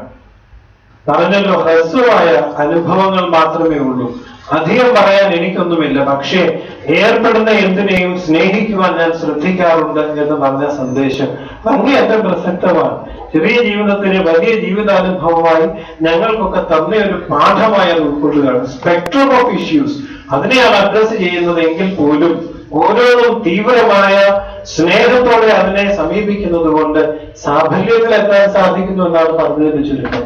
അതുകൊണ്ട് വൈദ്യവും അതോടൊപ്പം സാമൂഹ്യ സേവനവും സാഹിത്യവും കലയും എല്ലാം സമ്മേളിപ്പിക്കാൻ സാധിച്ചല്ലോ. ഭാവുകങ്ങൾ കോട്ടയം നെഞ്ചിലേറ്റിയ കളക്ടറായിത്തീരട്ടെ ഇനി ഭാവിയിൽ. എല്ലാ അനുഗ്രഹങ്ങളും സർവേശ്വരൻ നൽകട്ടെ. വന്നതിനും അന്ന് നല്ല വാക്കുകൾക്കും അങ്ങേയറ്റം നന്ദിയും സന്തോഷവും ഈ സമയത്ത് അറിയിക്കുന്നു. അതുകൂടാതെ ജീവിതത്തെ കാട്ടിത്തന്ന കഥാകാരൻ ഇവിടെ എത്തി. ഇതിന് കാട്ടിയ സന്മനസ് വളരെ പ്രസക്തമാണ്, അങ്ങേയറ്റം സങ്കടമായി കരുതുകയാണ്. അതുകൊണ്ട് തലമുറകൾ സൂക്ഷിച്ചു വെക്കുവാനുള്ള ഹൃദയാവർജകമായ ജീവിതാനുഭവങ്ങൾ ഉൾക്കൊള്ളുന്ന ഒരു പുസ്തകം നമുക്ക് ലഭിച്ചു. അതിന് പ്രവർത്തിച്ച ഈ സാഹിത്യകാരൻ ഉത്തരോത്തരം അഭിവൃദ്ധിപ്പെടട്ടെ. സർവഭാവങ്ങളും നന്മയും ആശംസിക്കുന്നു. അതുപോലെ തന്നെ DC ബുക്സ് ആണ് ഇതിന്റെ പ്രസാധനം നിർവഹിച്ചത്. പൊന്നമ്മ DC എന്ന് പറയുന്ന അനുഭവങ്ങളുടെ കടലാണ്. സാഹിത്യ പ്രവർത്തക സഹകരണ സംഘം അവിടെ സമ്മേളിച്ചതിനേക്കാൾ കൂടുതൽ സാഹിത്യകാരന്മാരുടെ സദസ്സിന് സാക്ഷിയായിട്ടുള്ള ഒരാളാണ്. അതുകൊണ്ട് പറയുമ്പോൾ പലപ്പോഴും പറയാറുണ്ട്, എന്റെ ജീവിതാനുഭവങ്ങൾ പുസ്തകമാക്കിയാൽ മലയാളത്തിൽ എന്നും ഓർത്തു വെക്കാനുള്ള പലതും അതിലുണ്ടാവും. പക്ഷെ ഞാനതിന് തുനിയുന്നില്ല, ഒരു കേവലം വീട്ടമ്മയാണ് എന്ന് പറയും. അതുകൊണ്ട് ഈ പൊന്നക്കച്ചിക്ക് നിങ്ങളുടെ എല്ലാവരുടെയും പേരിൽ സന്തോഷപൂർവ്വം നന്ദി ഈ സമയത്ത് അറിയിക്കുന്നു.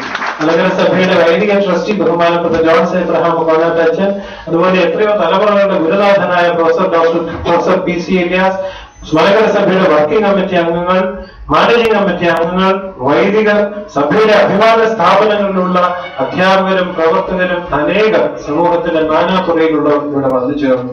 ഇതിന്റെ സാക്ഷാത്കാരത്തിനായി അധ്വാനിച്ച ഏവർക്കും അതോടൊപ്പം ഇന്നത്തെ പ്രൗഢമായ സദസ്സിനും എല്ലാവരുടെയും നാമത്തിൽ സന്തോഷപൂർവ്വം ഈ സമയത്ത് നന്ദി അറിയിക്കുന്നു. അതുപോലെ പ്രത്യേകം ഒരു വാക്ക് പരാമർശിക്കാതിരിക്കാൻ നിർവാഹമില്ല. DC ബുക്സിലെ പ്രവർത്തകരെ കുറിച്ചും ബഹുമാനപ്പെട്ട വർഗീസ് ലാൽ അച്ഛന്റെ അധ്വാനത്തെ കുറിച്ചും ഇതെല്ലാം ഏകോപിപ്പിക്കുവാൻ അങ്ങേയറ്റം ഉത്സാഹിച്ച ഈ രണ്ടു കൂട്ടർക്കും ഹൃദയത്തിന്റെ ഭാഷയിൽ സന്തോഷത്തോടുകൂടി നന്ദി അറിയിക്കുന്നു. പരിശുദ്ധ ബാവ തിരുമനസ്സിനെ സ്വീകരിക്കുമ്പോൾ മലങ്കര സഭ ഉച്ചൈസ്തരം ഉരുവിടുന്ന ഒരു വാക്കുണ്ട്. പരിശുദ്ധ കാതോലിക്ക ബാവ നീളാൻ വാഴട്ടെ, മലങ്കര സഭയുടെ അഭിമാനം നീളാൻ വാഴട്ടെ, ദൈവം ആയുസ്സും ആരോഗ്യവും പരിശുദ്ധ പിതാവിന് നൽകട്ടെ എന്ന്. അതുകൊണ്ട് നിറഞ്ഞ ഹൃദയത്തോടെ ഞങ്ങളെല്ലാവരും പരിശുദ്ധ പിതാവിന്റെ തൃപ്പാദത്തിൽ ഞങ്ങളുടെ നന്ദിയും ഞങ്ങളുടെ ആശംസകളും പ്രാർത്ഥനകളും സമർപ്പിക്കുന്നു. എല്ലാവർക്കും ഒരിക്കൽ കൂടി നന്ദി സന്തോഷം അറിയിച്ചുകൊണ്ട് എളിയ വാക്കുകൾ വിരമിക്കുന്നു. ദൈവം അനുഗ്രഹിക്കുന്നു. കോപ്പിയത് ചെയ്ത ബഹുമാനപ്പെട്ട തോമസ് കുരുവിള സാറിന് ഇതിനനുബന്ധമായി ഒരു വാക്ക് സന്തോഷപൂർവ്വം നന്ദി അറിയിക്കുന്നു.